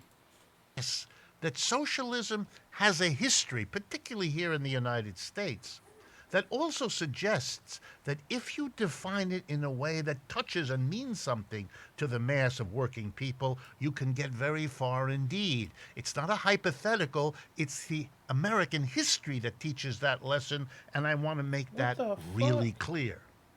To do that, I'm going to go back 100 years ago to the beginning of the 20th century, when there were three successive efforts by socialists to run for president of the United States. Bernie is not the first one. Okay. This is the first time I've really heard this. I've never heard of a socialist for president, and like tied and true socialist. Like for real, let's not kid ourselves. Bernie Sanders is not a fucking. He's not a fucking socialist. He's. Oh, that shit is decayed. So a lot of this motherfucker is decayed.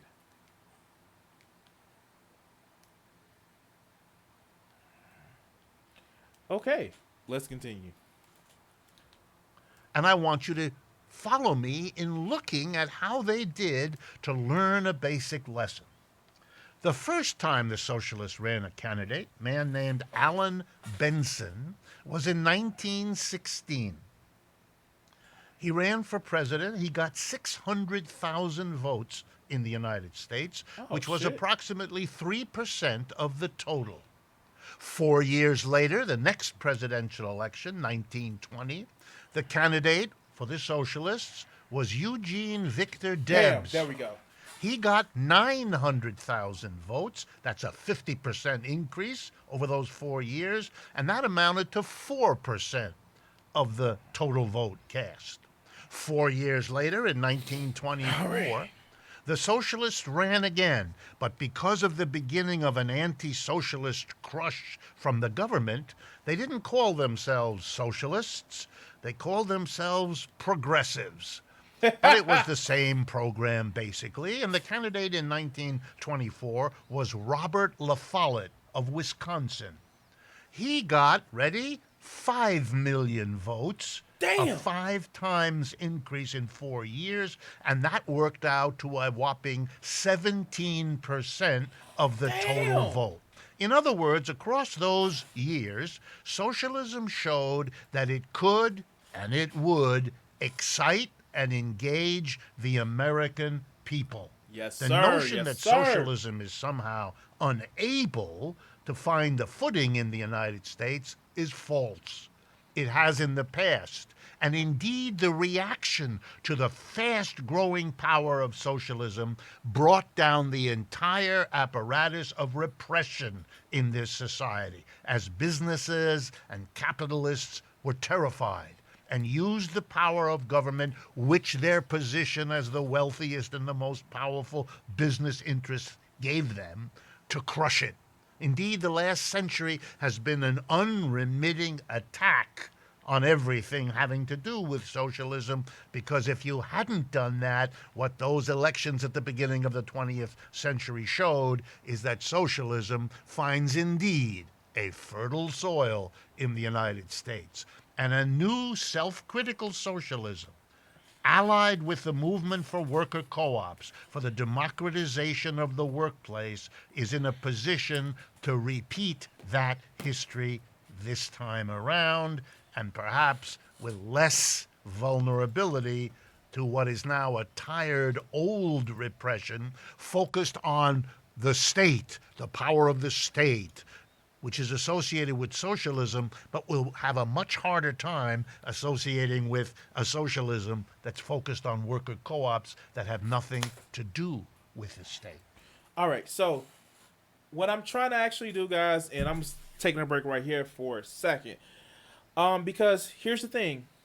This is where you see where it's like when you democratize the power, when you actually have it where people can actually make a decision with their choices. You see business communities, you see the power of so many of people that already have power look to crush some of these institutions. Like, if we're gonna be honest and truthful, look at the social medias. And I know I'm doing social media, and we actually see it where you'll see people, you'll see it where the algorithms have been tweaked and on YouTube to actually crush independent news organizations that they've been boosted for a lot of the channels, but a lot of channels that are traditional media, and still like you see this non-traditional media actually their funding had been cut like through the advertisements, but you still see them crushing it, and it's fucking amazing. It's fucking awesome that you see this shit, and it's still amazing that you know you have these benefits. You have these. Hold on, I want to check something. Uh, I see Drag is playing World of Warcraft. And if you can, like, subscribe to Drag's channel. Like, he does a lot of talking about, fundamentalists. Right now, he's on the boy D-Roy Cruz.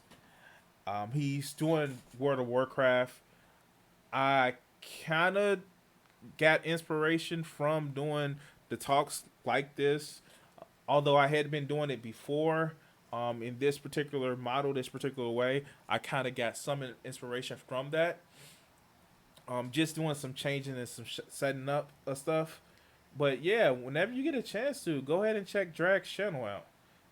He's pretty thorough and methodical when it comes to taking down, creationist topics.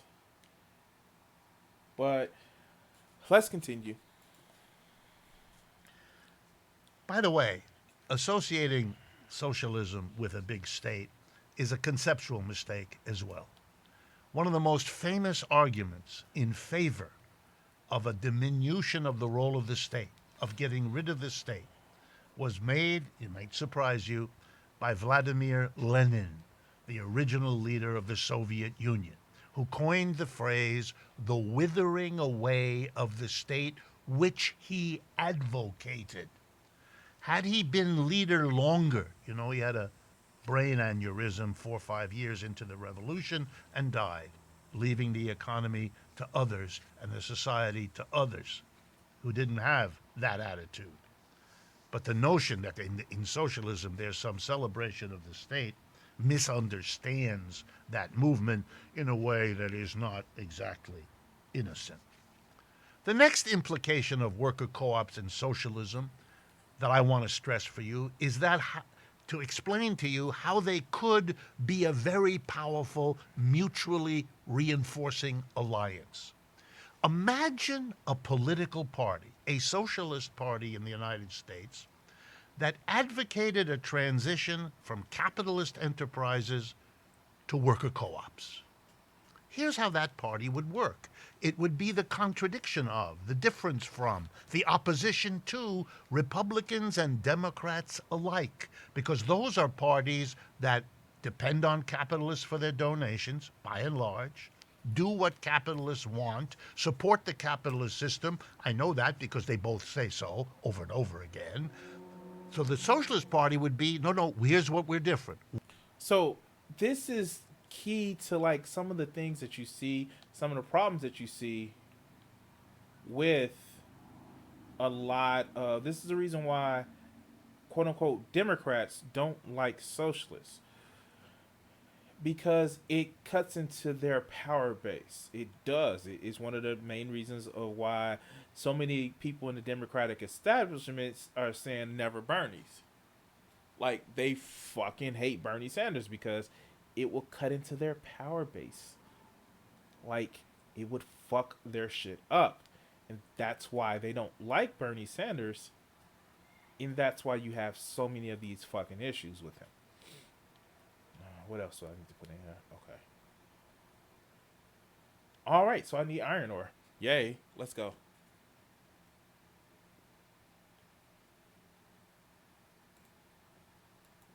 We are for the democratization of the workplace. And they would indeed push for laws, Any more iron over regulations, enabling worker co-ops to grow and expand. And in turn, the worker co-ops would be the local basis for support for the Socialist Party. Just the way corporations across America, capitalist corporations, are the supports for Republican and Democratic parties. We would begin to see a real political debate in the United States. It would be remarkable. And the symbiosis, the relationship between a socialist party that did advocate something really different and the worker co-ops that would be, in a sense, its political base across the country is a winning formula for changing this society. In office, here's some of the things the Socialist Party could do. And indeed, the way is being shown by the Labour Party in England. One of the first things the Labour Party is committed to. So, the thing about it is, there's no criticism of the modern outlook of socialism. There isn't. There are only criticisms of the past misdealings of people who use socialism as a tool to their power. Now, here's the thing that I see saw a lot of people when they were arguing with Destiny about the shit. A lot of it is not, well, look at my system, how it is now versus how my system has actually caused problems. And we're not talking about problems from like half a century ago or, a century ago. Problems that are currently happening right now. People are fucking dying because they can't get health care. People are literally rationing their insulin because they can't afford it. People are laying sick in fucking prisons, in concentration camps, because it's more beneficial for a fucking prison industrial complex to make money with, locking up people that they feel that they should lock up in order to fucking... What am I missing? Oh, that's what I'm missing. Because they want to profit off of locking up people and charging the government to lock people up. This is really what the hill that y'all gonna die on, that capitalism is great. When we see the shit happening. But let's continue. Do, and a socialist party in America would do the same, is to make a law called the right of first refusal. No company can leave the country, sell itself to another one, go public with stocks, or simply cease to exist without first giving its own workers the right of first refusal. That is, the workers can buy the company from whoever owns it now and convert it into a worker co-op. And if you're wondering where the workers would get the money to do that, the government, with a socialist leadership, would lend them the money, which is exactly what Mr. Corbyn and the Labour Party in England are proposing to do. Finally, Oh, that would be fucking awesome. That would be in Bernie Sanders act. This video is actually a little bit old. I think it was. Hold on. Yeah, July. And Sanders actually just came out with that practice, that proposal. Um, fuck. When did he do that? Like just like within the last couple of weeks. That's fucking awesome. Because you know what it does? It tells business community. It tells the business community, fuck with it if you thought. Fuck with it if you thought. But your benefit, your place is a service to customers and the people who fucking work for you. Not the other way around, dog. You're in service to us. We're not your cronies to be in service to you. And yeah, no. Let them deal with that shit. But let's continue. there's this old argument of people who love capitalism and fear socialism, that somehow capitalism is innovative. They like to point to high-tech companies and say, see, capitalism is developing these big companies. I like to answer that with a story. Years ago, I was approached by engineers from Silicon Valley in California, and they asked me to come out there and talk, which I did. And here's what happened. I had meetings and I learned the following, that some of the most important breakthroughs in modern high-tech technology, telecommunications, computers, hardware, software, and so on, were not made in big capitalist corporations. On the contrary, it turns out that every year in Silicon Valley, high-paid engineers working in big companies, Cisco and Apple and IBM and all of them, quit. They can't stand it anymore. That's what they say. They don't want to come to work in a tie and a jacket. They don't want to come to work to be told by some salesperson what they should be studying or not on their software platforms and so forth and so on. They want to be creative. That's their word. They want to be innovative. That's their word. This is actually hilarious. Now, see, I thought he was going to do something a little bit differently. I thought he was going to talk about how most of the technologies in the smartphone, 4 out of the 5 technologies that make a smartphone work are fucking government programs that was developed by the fucking the army. Yeah, I thought he was gonna go there, but he didn't. But let's continue. And they can't be in a capitalist corporation. So here's what they do. They take their laptops and they leave, often leaving $200,000, $300,000 a year jobs. And they get together in a group of 20 and 25 in somebody's garage. And they have a little rule. Here we come to work in Bermuda shorts and a Hawaiian shirt. Here we come to work. Oh, I know what those are. Those are fuck, I forgot what they call. So once a year, they actually get together and program things, game jams or some shit like that, where they come in and try to work on shit. Now, this isn't the only time we've heard of like IT guys and people who work in programming and all that other good shit actually make these pronouncements. A lot of times, for instance, you see a lot of people who are putting together code on games to make them work, bug fixes. They're not just some programmers out of their motherfucking, parents' basement. No, a lot of times they are quite literally people who wrote the game that break the game. That's why, like, the people who mother like Conan. If we're gonna look at Conan, the people who actually did they released dev kits. These dev kits people aren't actually people that know nothing and just completely outside of the industry. No, a lot of the people that do work on dev kits are either people in the industry or people the industry wants to actually come in and show them or become part of the corporate environment. But let's continue. Feeling good about ourselves. No bosses. Everybody's an equal here. We all make our decisions together. Monday through Thursday, we work on our software programs and we work on our computers. And Friday, we sit around making the decisions of what to produce, how to produce, where to produce, and what to do with the revenue our creative efforts realize. It's a democratic workplace. Wow. That's where the creativity blossoms. That's where many of the great breakthroughs were achieved. Even some of those companies went back into being capitalist companies. That can happen. But my point is the innovation credited to capitalism is misunderstood. It often comes precisely from people who have walked away from capitalism to create a worker co-op, even if they don't know the phrase worker co-op to describe what they have done. A new socialism connected to and embracing worker co-ops as the transition from capitalism to a better system is a socialism that you're going to be hearing more and more about in the months and years to come.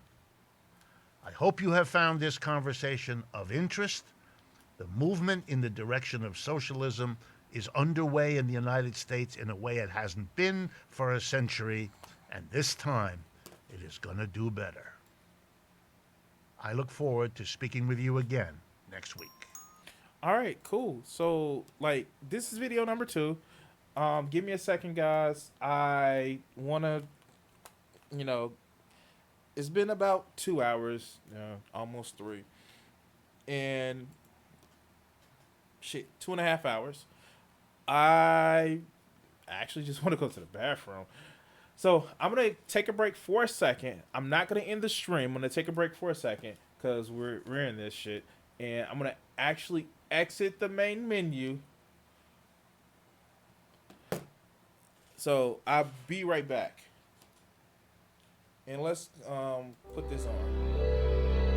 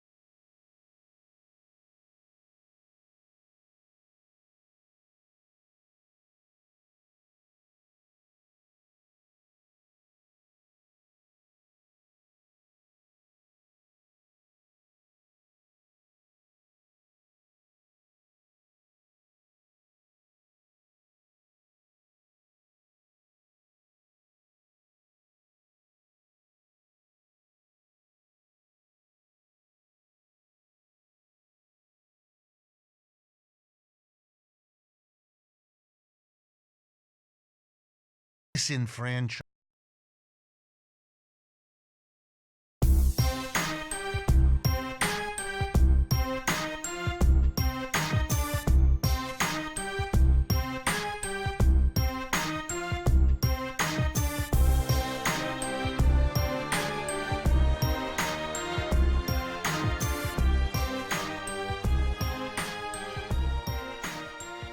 Welcome, friends.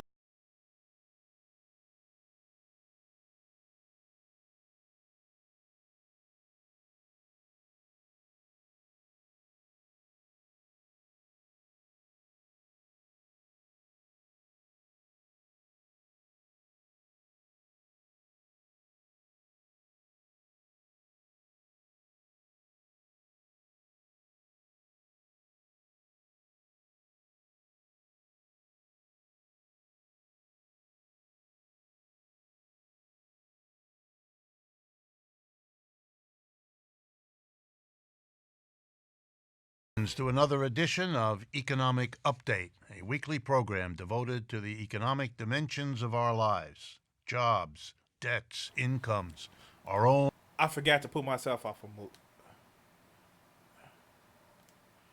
Yeah. I don't even remember playing this one.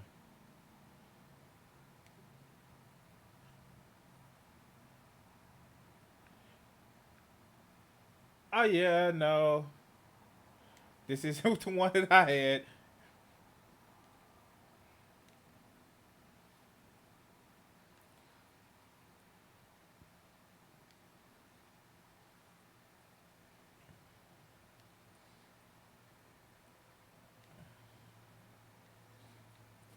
Let's continue.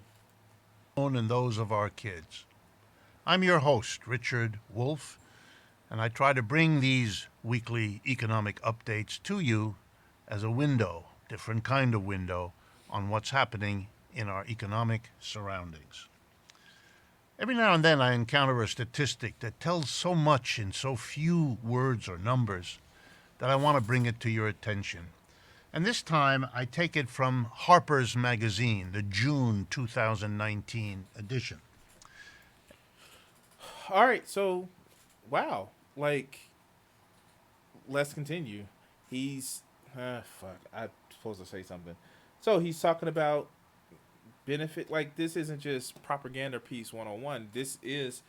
Um, this is people. He's bringing us information and talking about different things. Wait, what? What the hell? No, no. Okay, let's continue.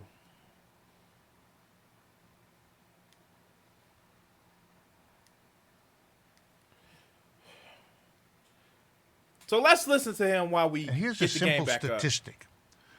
People have compared the average amount spent on a pupil's education per year in white schools across America as compared to non-white schools, predominantly in terms of the school population. The difference is $2,226 per year. Now, if you wanted to do something about inequality between white and non-white people in this society, you wouldn't possibly be able to justify such a difference. It means that young people are not starting out on an equal playing field. It means that you're systematically disenfranchising the education that might be a way forward towards something a little bit less unequal. There is So this is actually kind of sad, to say the least. We actually get it where people are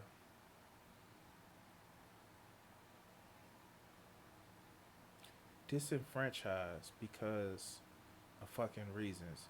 People are disenfranchised because, well, this money goes to one set of schools versus the other.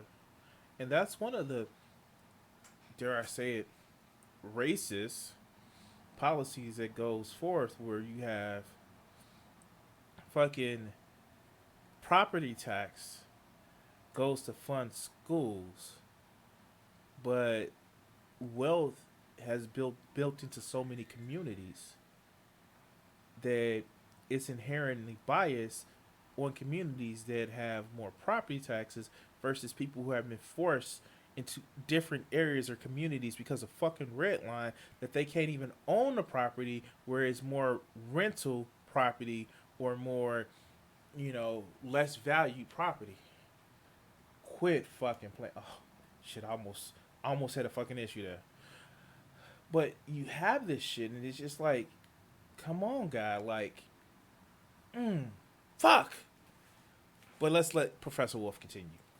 There's no justification for it, and the number tells us a lot about why we have the different incomes, the different jobs, the different life situation of these two parts of the American population.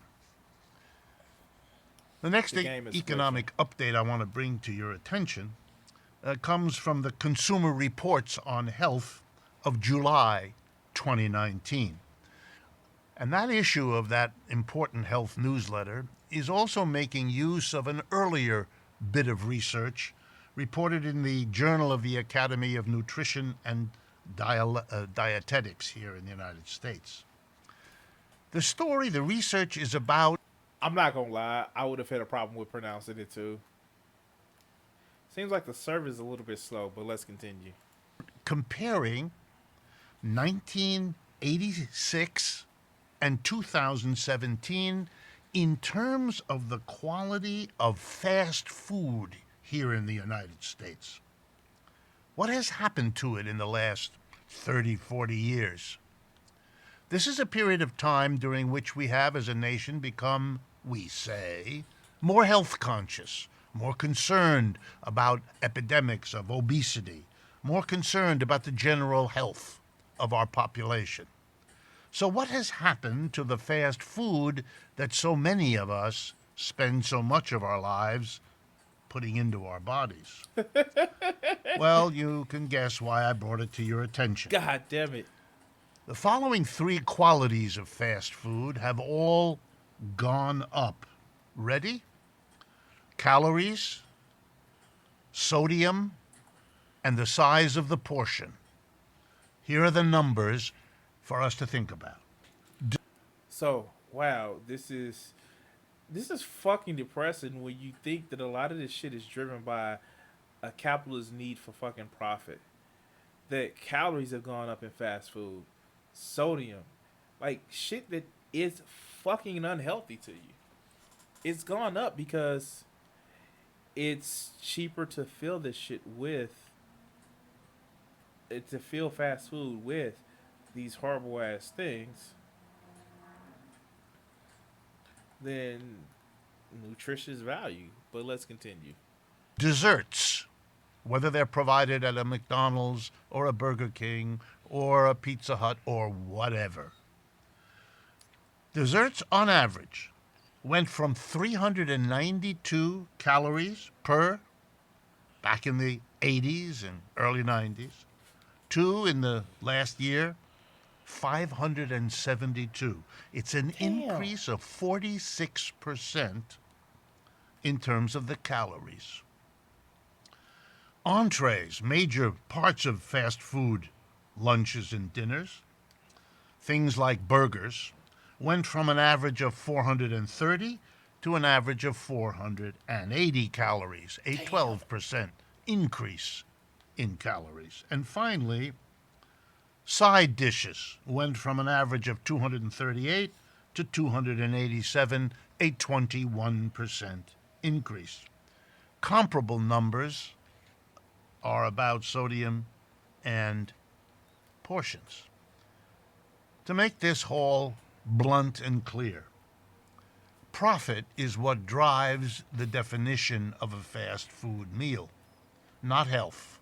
We may talk about health, we may read about health, doctors may talk to us about health, the government may have sessions and conferences about health, but the business community controls what we actually get. So this is what I was saying. It's more cost conscious to make high calorie, low nutritious value items than it is to make. It's just more cost conscious, and we have this issue where we see a lot of these companies say, "Hey, why don't you get this value menu?" And those are probably some of the most unfucking healthiest things that we can actually have with the meals that they're sending us. God damn, you just guys just saw me drink a fucking protein shake. That shit was expensive. That shit was 2 for $6. But it probably gave me it not probably, it did give me more calories, more protein, less fucking salt and fucking sugar than you would find for a whole motherfucking Big Mac meal and shit like that. For the same cost. Well, let's continue. And for them, profits were greater by upping the sodium, upping the calories, and upping the portions. So that's what the American people get. And when you let profit govern your food industry, that's the outcome. The parallel is the creation of a two-class system in food generally. Those who can afford it buy organic at a higher price. And those who can't, the vast majority, buy the food that those with money go out of their way to avoid putting into their bodies. And that's another thing. You actually see this shit. People shopping at fucking Whole Foods and all this other good bullshit where it's expensive. It's used as a fucking status symbol. And then you have fucking food deserts. And no, I'm not saying that quite literally you can't get a good meal in a fucking city, as far as you can't get a meal in the city, but we used to have an industry where we had corner stores. But now, with vegetables and shit like that, and I'm a kid in the 90s. I was born in the 80s, child of the 90s. And one by one, businesses have so saturated the market with superstores that you actually start seeing a lot of small chains that did offer fresh vegetables right away. I can say, okay, so it's a store here called Moinoix. I don't know if say like that was actually had butchers for hire, but now it's just big fucking big box stores. Damn, Dominic's went out of business because it couldn't compete with the big box stores. And it's been a detriment. And then what do? The stores are these big box stores that you can't, you don't want to go to after work because you've worked a long, tiring ass day. What do? You go get fast food. And that shit is about as healthy as fucking chewing on a brick. Fuck, probably chewing on a brick is more healthier because at least you get your nutrients and minerals. But I digress. Let's continue. What kind of a system works like this? Next update. I want to give a shout out, take my hat off if I were wearing one, to the hundreds of workers at the Wayfair Furniture Company. A short time ago, they had a big demonstration in downtown Boston, protesting the Wayfair Furniture Company's selling of furniture to detention centers housing, I'm being polite here, immigrants at our borders in Texas and the South. The workers said they didn't want the fruit of their labor to be used in so awful and inhumane a way. They didn't want it, and they weren't going to continue to produce furniture if it was going to be used for such immoral purposes. The shout-out I want to stress is what an interesting idea, that workers, not just bosses and managers and owners, should decide what is done with the fruits of the labor of working people. They want a say in it. They actually want their morality to be part of the decision about what their work life amounts to. What the fuck is making a profit that worth that much to you that you sit back and sell? This is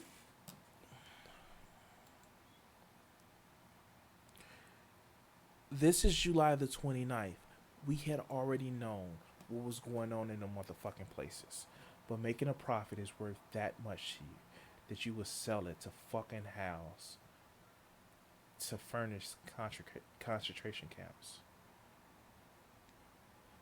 How fucking how like wow. How much do you have to fucking sit at the worship at the foot of prophets in order to I say improvised story, it's not gonna last long. How how much you have to sit and worship at the feet of always make a profit in order to justify that shit? Like seriously. Wow. That's fucked up.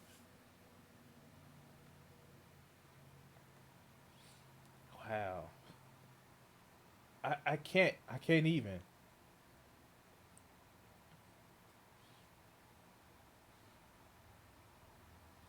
Wow. I just can't. Wow. Okay. Yeah, and he's some armor. Um wow, I can't even.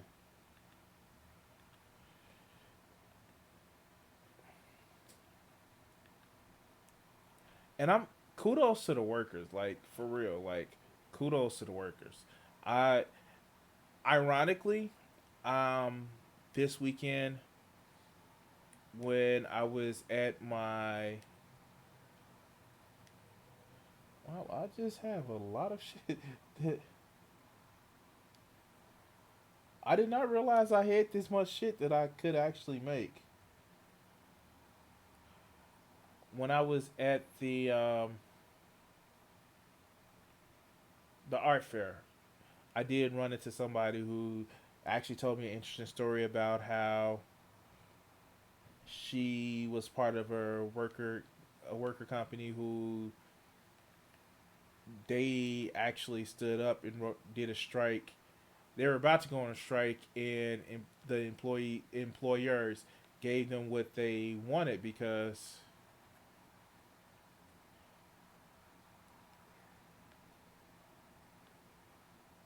they were going to exercise their power as employees, and it fucking worked.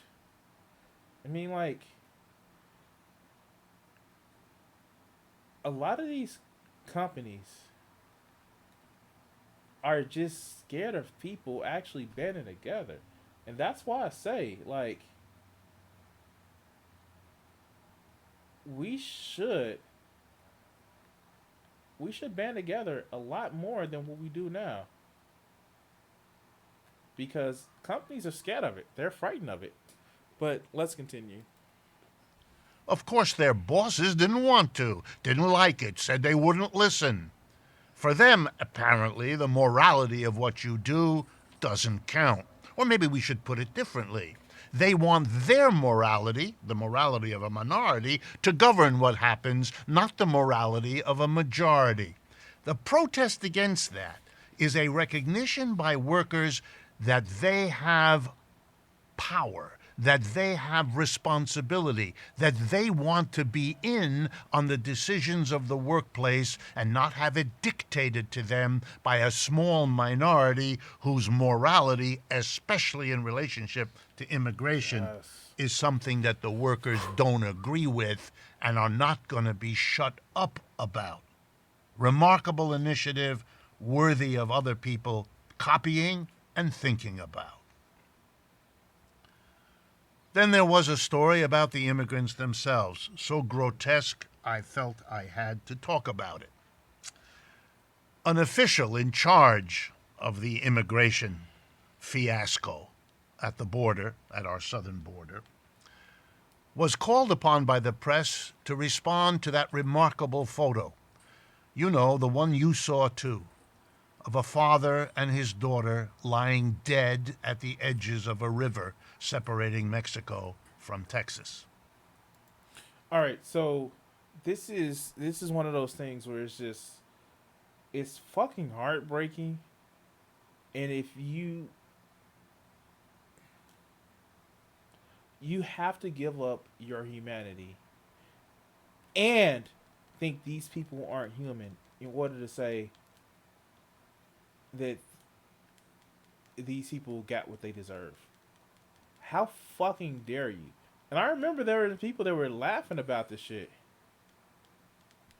because they said, well, they should have did it legally. And I always want to ask, what the fuck is legally? We have fucking laws that say people should come and request for asylum. But because it's political expedient to say that these people are illegal, where they usually just come in and seek asylum, then that's the problem.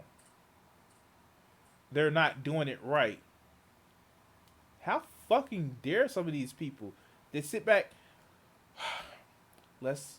I'm moralizing again. I'm moralizing again. Let's sit back and see what Professor Wolff says. They had failed to make it across, and the official in the Trump administration took time out when the press asked about this to. I'll say. So let's talk about Ken Cuccinelli, one of the most racist motherfuckers in the Trump administration. Cuccinelli was saying all these people don't have a right to vote, and he usually target blacks, Hispanics, and Asian people. He's one of the ones that kind of was one of the architects of the law of, hey, these people have the same last name, so let's disenfranchise all of their votes. Everybody who has the same last name, and it target African Americans, Hispanics, it even target Asians because they tend to have similar names. But, and here's the fun part about it. Even when he had to listen to his daddy Trump, who said, find out what's going on, find out why people didn't vote for me. Not because of some shit that I did or said. Find out why, even though I won the presidency, I lost the popular vote. Find out about that shit. They still couldn't find cases of voter fraud. This is that motherfucker. But let's continue. Blame the father for the death of both of them. He shouldn't have tried to get across the river, as thousands of people have done. He shouldn't have. It's on him, the trust of his daughter. He killed her, said the Trump official. And it's because we have open borders, you see, he explained, which our good president is closing. But the difficulty the Democrats are putting in the way of closing the border means the border is open, and people like that endanger their children to get here. This is wrong on so many levels it kind of takes your breath away. But first, let me explain. People don't become refugees simply because there's an attractive new place to live. If you believe that, you'd have a hard time explaining why the open borders of the United States didn't produce waves of immigrants 20 years ago, 10 years ago, like the ones now. What's really happening is that there are conditions pushing people to leave their countries of origin, their families of origin, the languages of origin, their communities of origin. The push factor is always bigger than the pull factor because so much is uncertain about the new place you're going, and so much is lost from the place you're leaving. The United States has real responsibility for the climate change, for the warfare, for the economic underdevelopment of the countries being abandoned by these people. We're not. So this is like one of the biggest issues that, and our Jill was saying it early in the chat, the U.S. is, people are dying to come to the U.S. because the great capitalism. And no, no, that's not what's happening. We're fucking people over, and we're fucking people over and telling them, "Ha ha, we're better, ha ha." So they're like, "Okay, fucking prove it," and they're coming to the U.S. And people are getting mad, saying that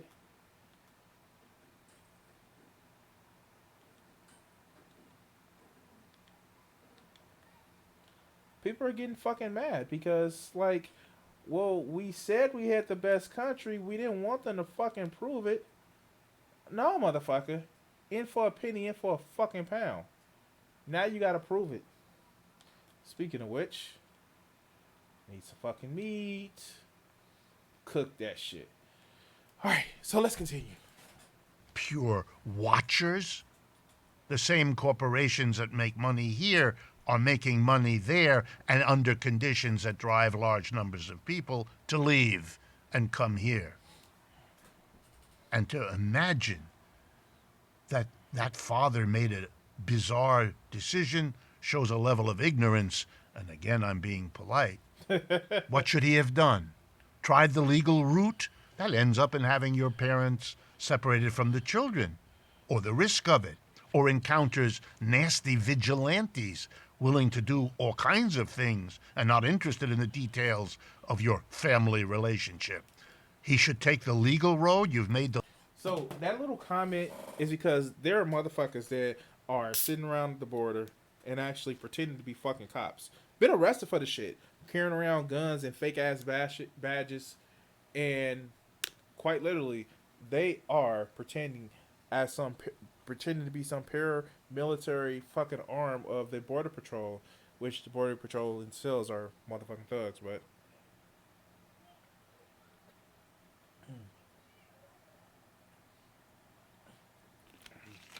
They're fucking people over.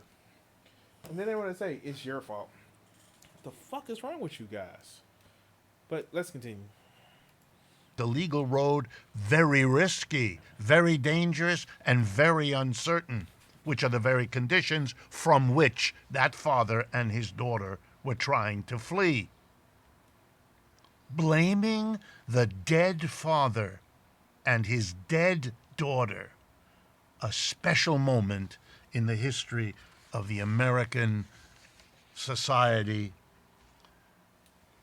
celebrating a 4th of July recently, and a Statue of Liberty that says we're the nation that welcomes with open arms the huddled masses yearning to be free.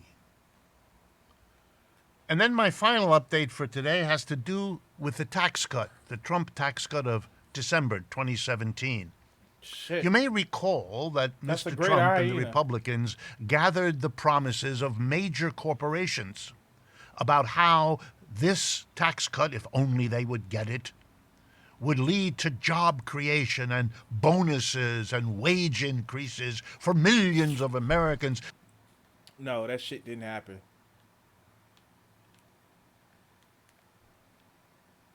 That shit did not happen.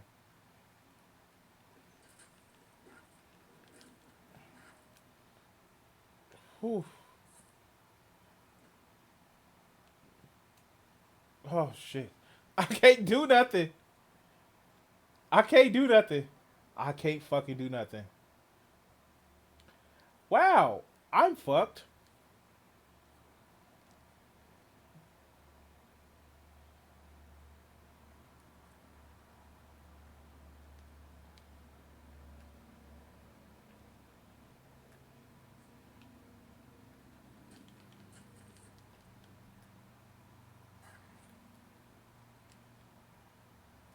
I am fucked. I'm fucked. Oh wow, I'm fucked.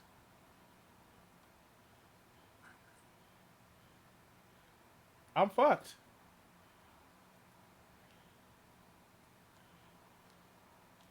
Yeah, let me just run away for a second.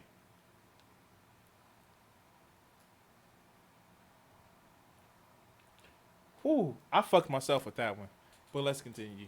Wonderful story of what was in store if only you cut the taxes of corporations. Leading the charge was the AT&T telephone company, which promised that Thank you, if it Jeffrey. got the cut in its profits taxes from 35 to 21%, which is what that tax bill gave them, it would be a windfall and wages would go up. Here's the statistics as of the latest count, keeping track of what. I bet it didn't go up. I bet it didn't go up. I bet it didn't go up. How much you want to bet it didn't go up? I bet you it didn't go up.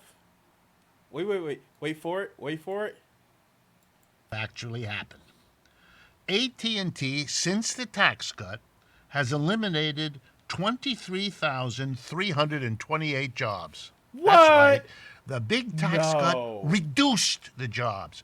They forgot to mention that whether or not a tax cut affects the jobs will be shaped in part by automation, by new technology, by new situation in the market, by all the things that always determine how many people have a job. They forgot to tell you that. They wanted you to believe that if you only cut taxes, a miracle will happen and we will all be better off. Oh my god, he is so fucking cynical, and I fucking love it. It's like, oh yeah, like, and I know I've compared him to the satirical character that Lewis Black played in Accepted, but oh my god, dude, you don't have to make it so fucking on the nose. It's just like, guess what the fuck happened?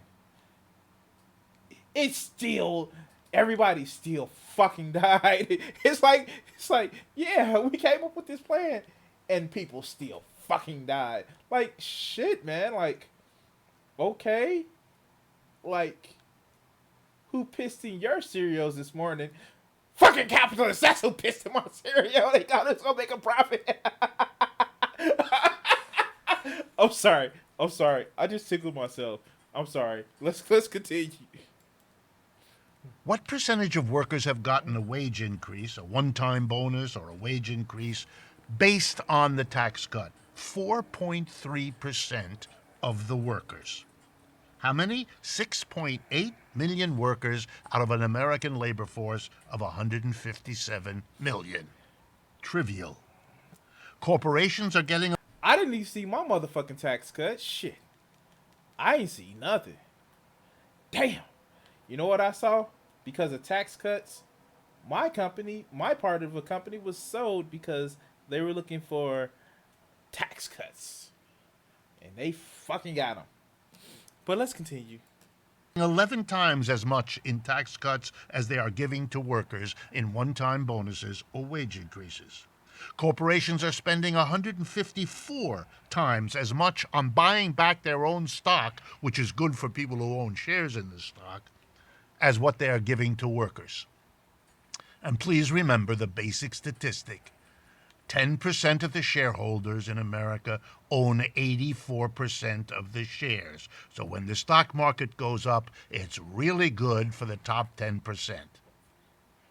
We've come to the end of the first half of our show. That shit is just depressing as hell. Where you actually hear that shit. Like, these motherfuckers are still here. Oh my god.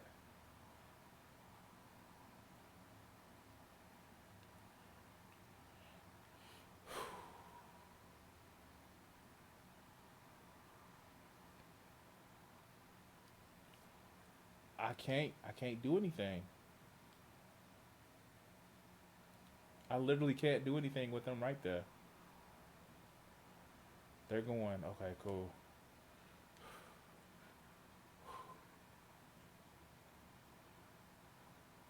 And I had some fucking meat in the. Alright, whew. They're gone. But yeah, like, being a stock owner and all that other good shit, it doesn't help common folk. It just helps people that already have the fucking wealth. And it's depressing because people actually really believe that some of this shit actually helps when it doesn't. It just reinforces a system where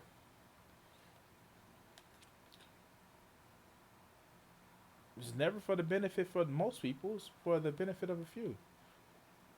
And I'm sorry. This ain't Star Trek fucking 2 or 3 or whatever the fuck it is. Not when it comes to bigger things like economies. Now, if you're talking about a family, which America has never acted like a pure family, we can talk about a different situation, but no, we no. But fuck, let's continue. Oh, please stay with us for a remarkable interview coming up. Don't go away. I think you'll find it equally interesting.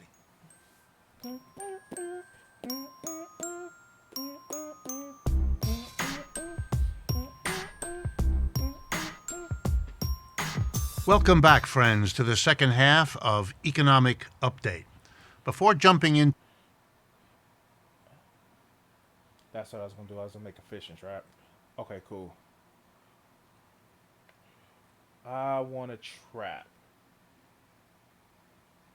$40 and some hot wings. Anybody? Okay. Okay, I'm an asshole for that one. But, am I exactly wrong? I'm just saying. to our interview for today, I wanted to remind you, please, to subscribe to our YouTube channel, to follow us on social media, Facebook, Twitter, Instagram. And finally, as always, a special thanks to our Patreon community for their support. Well, I'm very pleased today to bring back to our microphones and our cameras. So, seems like an interview, and the title of the interview is A Socialist Wins. Which, come 2020, maybe another one will win.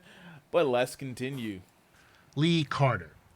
He is the current representative representing Virginia's 50th district in the state's House of Delegates, their legislature.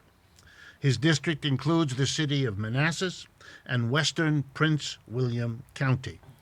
He was inspired to run for office, and he is a Democrat and a socialist, when he had an injury and was very badly mistreated by the worker compensation system of Virginia and decided to do something about it. He won his first race in November 2017, served in the legislature.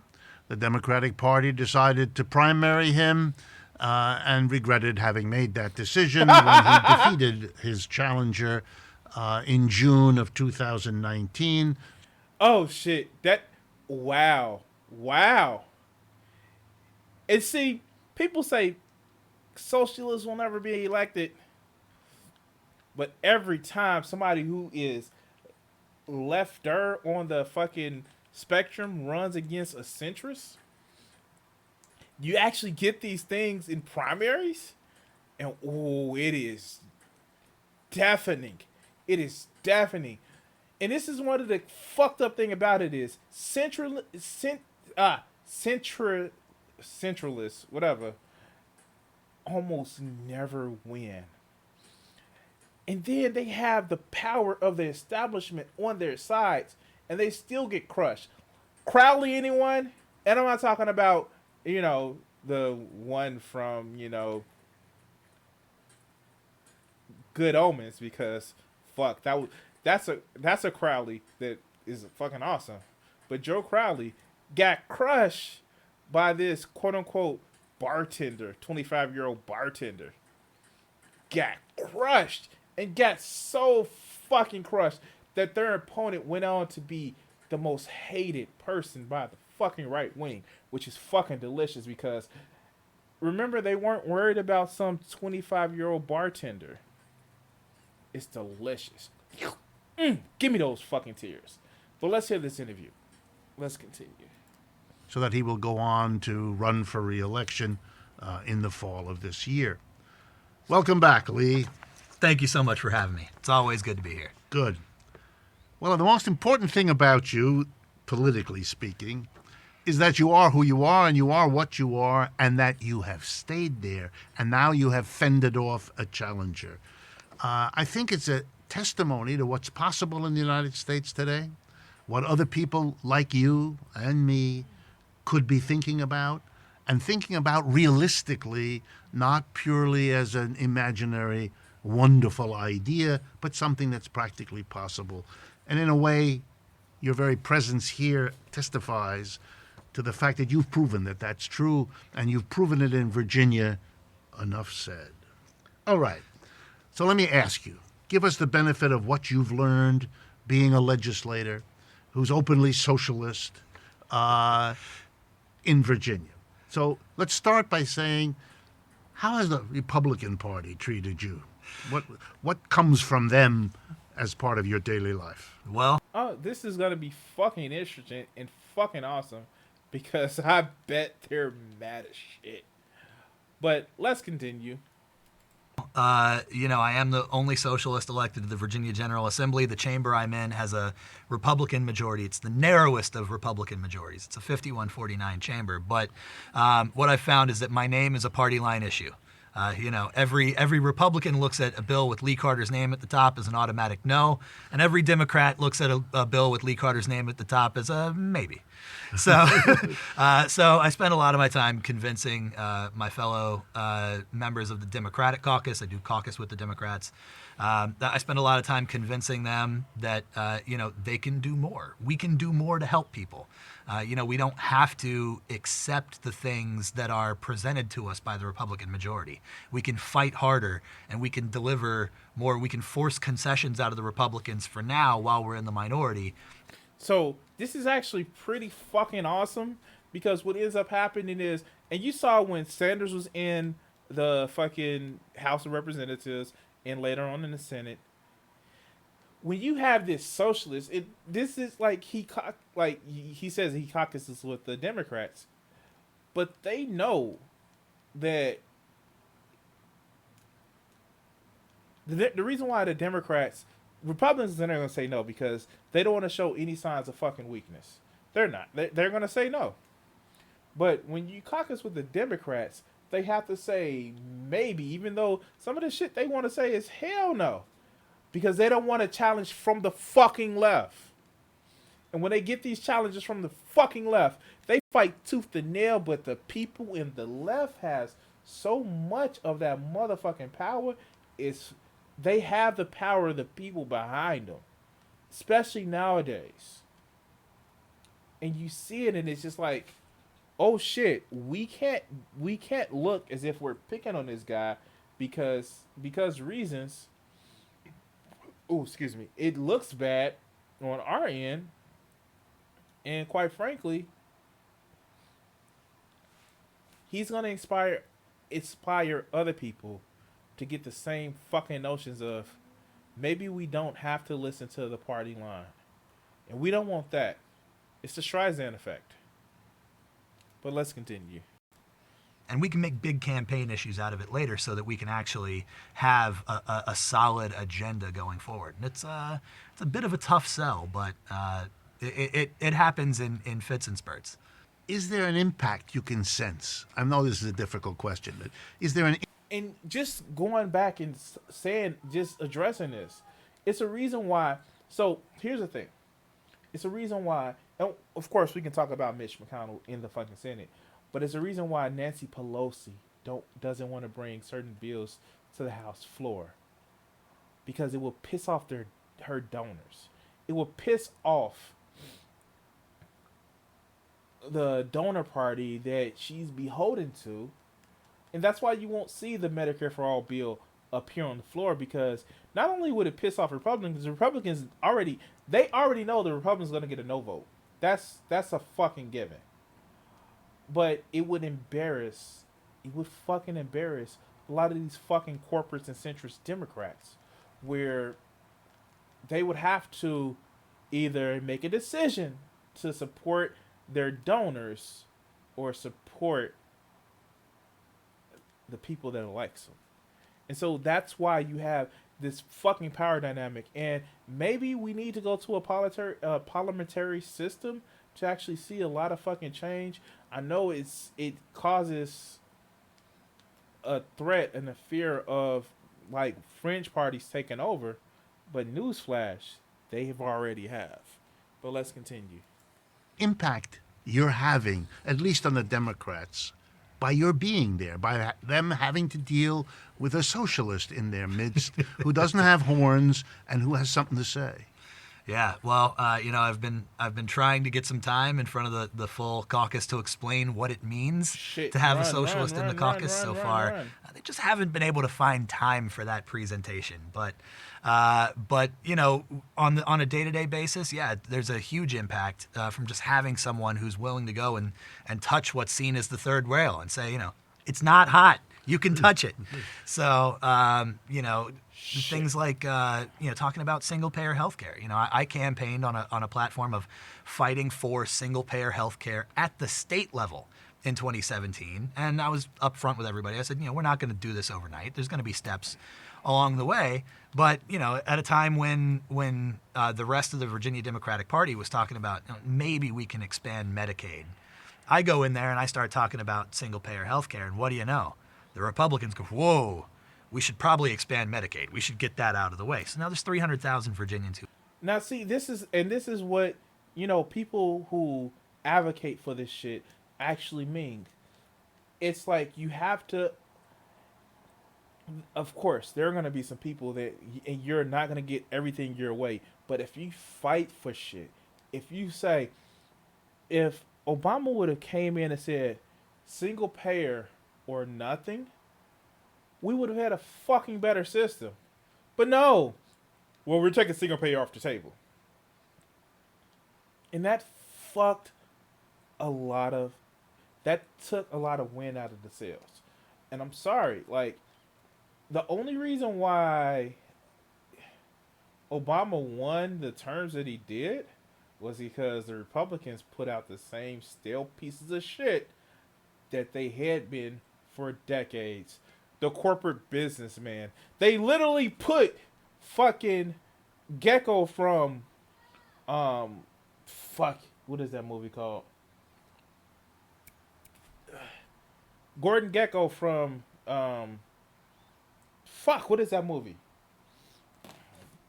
Got Google machine right here. And I'm in a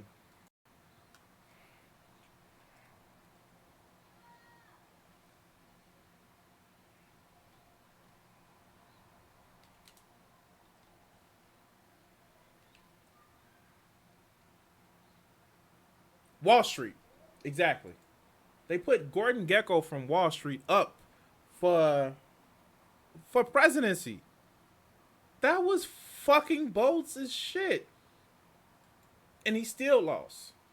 And that's probably one of the reasons why Obama won a second term, is because you get so many of these people that are just Republicans don't have new ideas. What they have is shit to try to make you feel good, but in the end, it fucking still scares the shit out of you.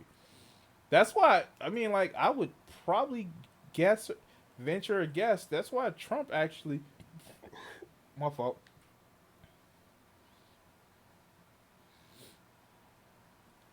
actually made the ends that he did, because he was like, fuck it, always be afraid. Now, fucking let's continue. Who have health insurance today that did not have it 2 years ago. And part of that was by pushing for the single payer option. Oh, absolutely, which I'm still doing. We got to keep our eyes on the prize. We can't settle for the intermediate steps. We have to say, this is the end goal. The end goal is making the Commonwealth of Virginia the kind of place where everyone can live and work free from worry about how they're going to put food on the table, how they're going to make the rent, how they're going to pay a doctor when they need to, how they're going to put their kids through college, and free from all forms of discrimination and exploitation. We can talk about that end goal. We can talk about the grand vision and also execute on the steps along the way to get there. And I feel like that's something that's been really lost in American politics for a long time. Yeah, and part of the way you build the trust that you are serious about the long term is being willing to fight for all the steps along the way and use them to argue why the long term goal is necessary. Okay.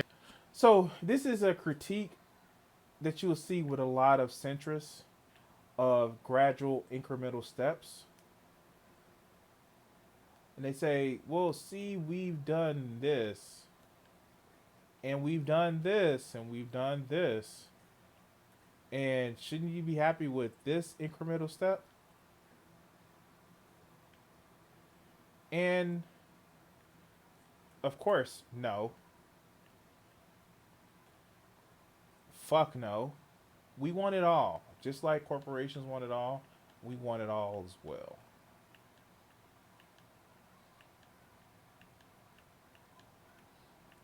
Eating fucking bees. Yeah, I know. Eating fucking bees. Okay, so I want to actually build my motherfucking base and actually put walls and shit.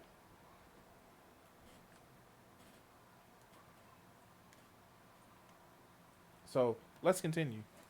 Okay. How about the media? How have the media that you are surrounded by dealt with you as the socialist in the Virginia legislature? Well, that's exactly how they've dealt with me. Every single headline about me is socialist delegate in Virginia. I mean, my local newspaper is the Washington Post Virginia section, which is owned by Jeff Bezos, who is not exactly a fan. Because you oppose the Yeah, it's the correct. headquarters there. Although he probably wasn't a fan Yeah, before before, that. yes. But it's hard, just fighting for any coverage in the DC media market when you've got a media market of 6.5 million people, and I represent 84,000 of them, and so there's literally dozens of other state legislators they want to talk about. There's county boards. There's the DC Council, so it's hard to get any coverage at all. And okay, so Bezos kind of fucking hates socialists on principle. Just on principle. No other reason but on principle, because he sees them as a fucking threat to his motherfucking power. I'm not gonna make it up this hill. He sees them as a threat to his power. Even though they may be amicable in certain different ways, he sees them as threats to his power or his wealth. Mind you, this motherfucker, Jeff Bezos, is not scared of blackmailers who says, we're going to put a picture of your penis out for the public to see.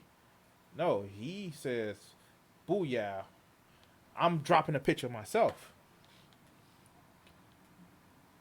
But he's scared of fucking socialists because reasons. Fuck, that's what was up here. I thought I saw iron, but it was a fucking map room. Fuck. But let's continue. Would you say that your experience running for office, making your socialist commitments clear to people, does that imply, can we infer that other people like you in the state of Virginia could do the same? Oh, absolutely. Absolutely. The single biggest hurdle is people that say, oh, I would love to, but it's just not possible. And so, by going out there and demonstrating that, yes, it is possible to win on this message, and win on this message everywhere, then, that's what inspires people to step forward and do it in other places. It's also what inspires people to back people who do go out there and talk about these things. And, I'm not just talking about social democratic programs like healthcare and free education. I'm talking about, a transition away from our current economic structure to one that's worker owned and operated. So here's the funny fucking part about it. Socialism, or socializing some of the parts of capitalism, would actually fucking save capitalism. If you get people to buy into more of the process that you're trying to get them to buy into, guess what? It will fucking reinforce the system that you already have. What? You have to give up 20% of your profit that you have? Not 20% of the gross profit, but 20% of the fucking profit that you already have. You have to give that up. in order to save the other fucking 80%, and it's a fucking problem, I'm at a loss. I'm at a fucking loss. Because all it says is me, fuck you, pay me. Which sounds cool in principle until you on the part that says fuck you. Then it doesn't sound so fucking sweet, does it? But let's continue. Because, you know, when you have worker-owned and operated businesses, when you have enterprises where the decisions that are made by the enterprise are made by the people affected by those decisions, there's a lot of things that are never going to happen. They're never going to outsource their own jobs to another country because it's cheaper for the investors. They're never going to disregard the environmental consequences of what they do because They it's have to live in it. yeah, it's their families that are breathing that air and drinking that water. So, you know, you can go out there and you can talk about the grand vision of the better world that is possible. And the biggest hurdle is getting people who would be your allies to believe that it's possible. And having you win an election is a step in that direction. So yeah, like when people see that it's not that bad with having people who say, hey, we're gonna give the power to fucking everybody versus oh god, like nobody in fascism sees that fascism is good unless you're the people at the top where you have your boot on somebody. But everybody else sees it like, oh shit, that doesn't look nice. Oh shit, that doesn't seem nice. Oh shit, that motherfucker is still down there and he looks fucking mad. Okay, so plans have changed.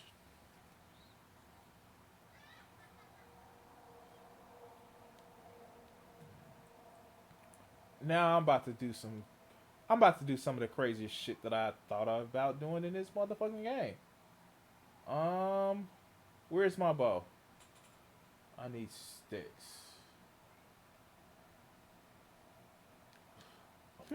Okay, so we're about to do that. But let's continue. It's definitely a step, but you know, it's not the be all end all.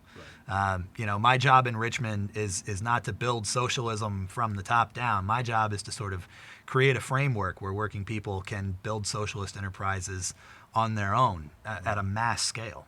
And to get others like you to be doing that too, helping from below everywhere.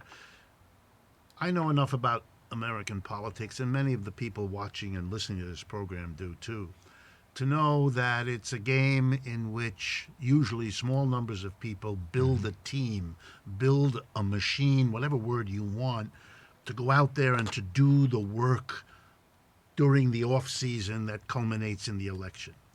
You're having won, and then now you're having defeated a primary challenge, is an indication that you've built such a team. Tell us about it, because the ability to do that is part of what makes it possible to believe in doing it elsewhere.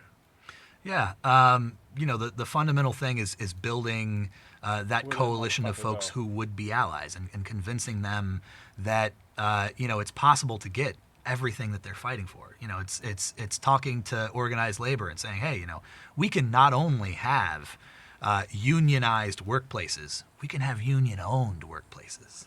You know, it's talking to women's healthcare groups and saying, you know, it's not only is it possible to fight against the rights attacks on abortion rights, it's possible to expand them, to codify them into law and you know, make sure that they are protected in case the Supreme Court overturns Roe v. Wade.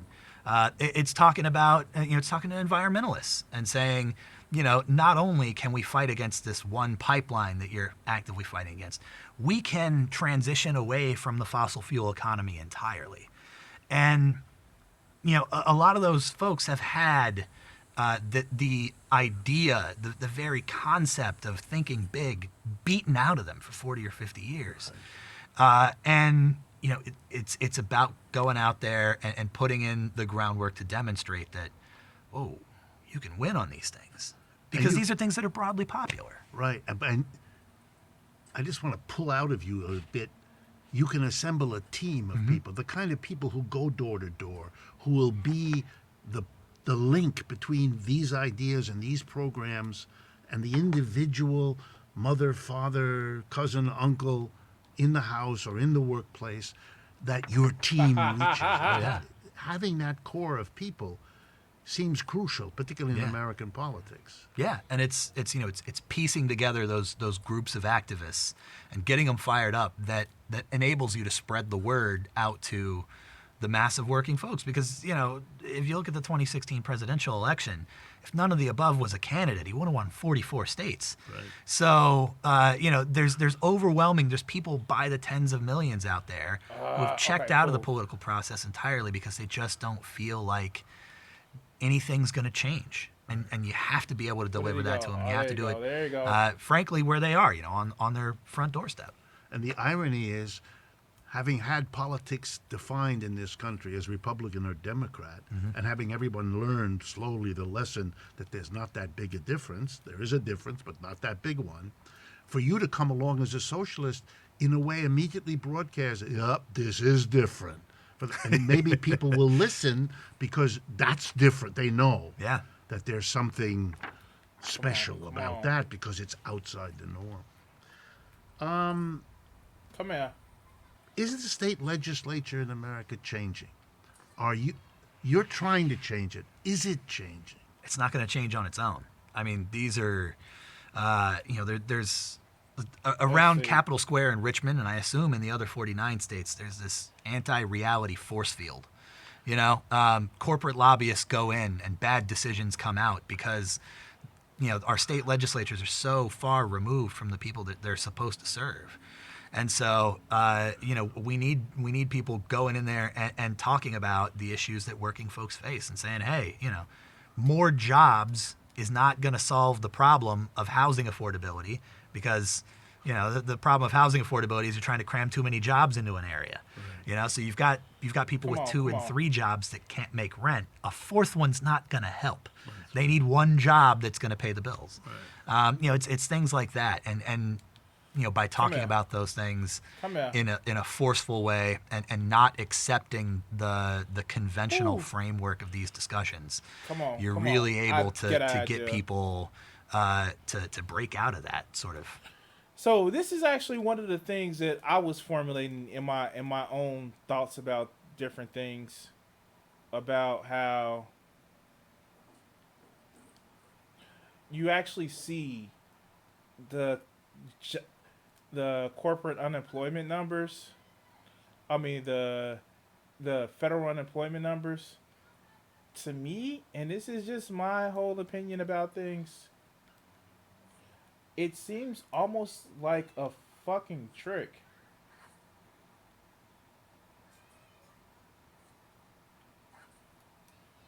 It seems almost like a fucking trick where you actually get people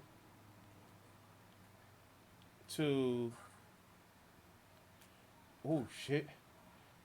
There goes my fucking There goes my trick that I had.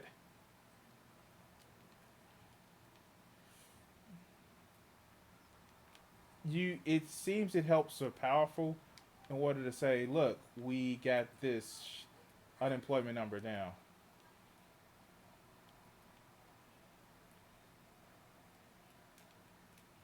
Instead of actually giving people good, meaningful jobs, people are saying, well, like, at least this job number is down versus can people sustain themselves on those jobs? It's just one of my things, but let's continue. Anti-reality bubble. It's slow work. It's But painfully slow work, but it's happening. Yes, and you're proof that it's doable, it's sustainable, and you can win against even the efforts to undo it, having shown what's possible. I wish we had more time, as always, Lee, but we will bring you back so that you keep giving us a report of how this is working. Absolutely. And to all of you, I hope you will Shit. take the kind of inspiration that I do from what Lee has accomplished and what he is accomplishing and the model it presents to all of you around the country, thinking about what's happening in this country, the need for change, and seeing that change is genuinely possible. Thanks again for watching and listening. and I look forward to speaking. All right, so we're gonna tap out right now. I am currently getting my ass handed to me by a fucking enhanced coyote, and I am fucking tired for sitting down for about 4 hours today. I want to thank everybody who's watched. Thank everybody who's left a comment. Please like, subscribe, share this video on the different social platforms, and just guys, enjoy the rest of your day. Peace.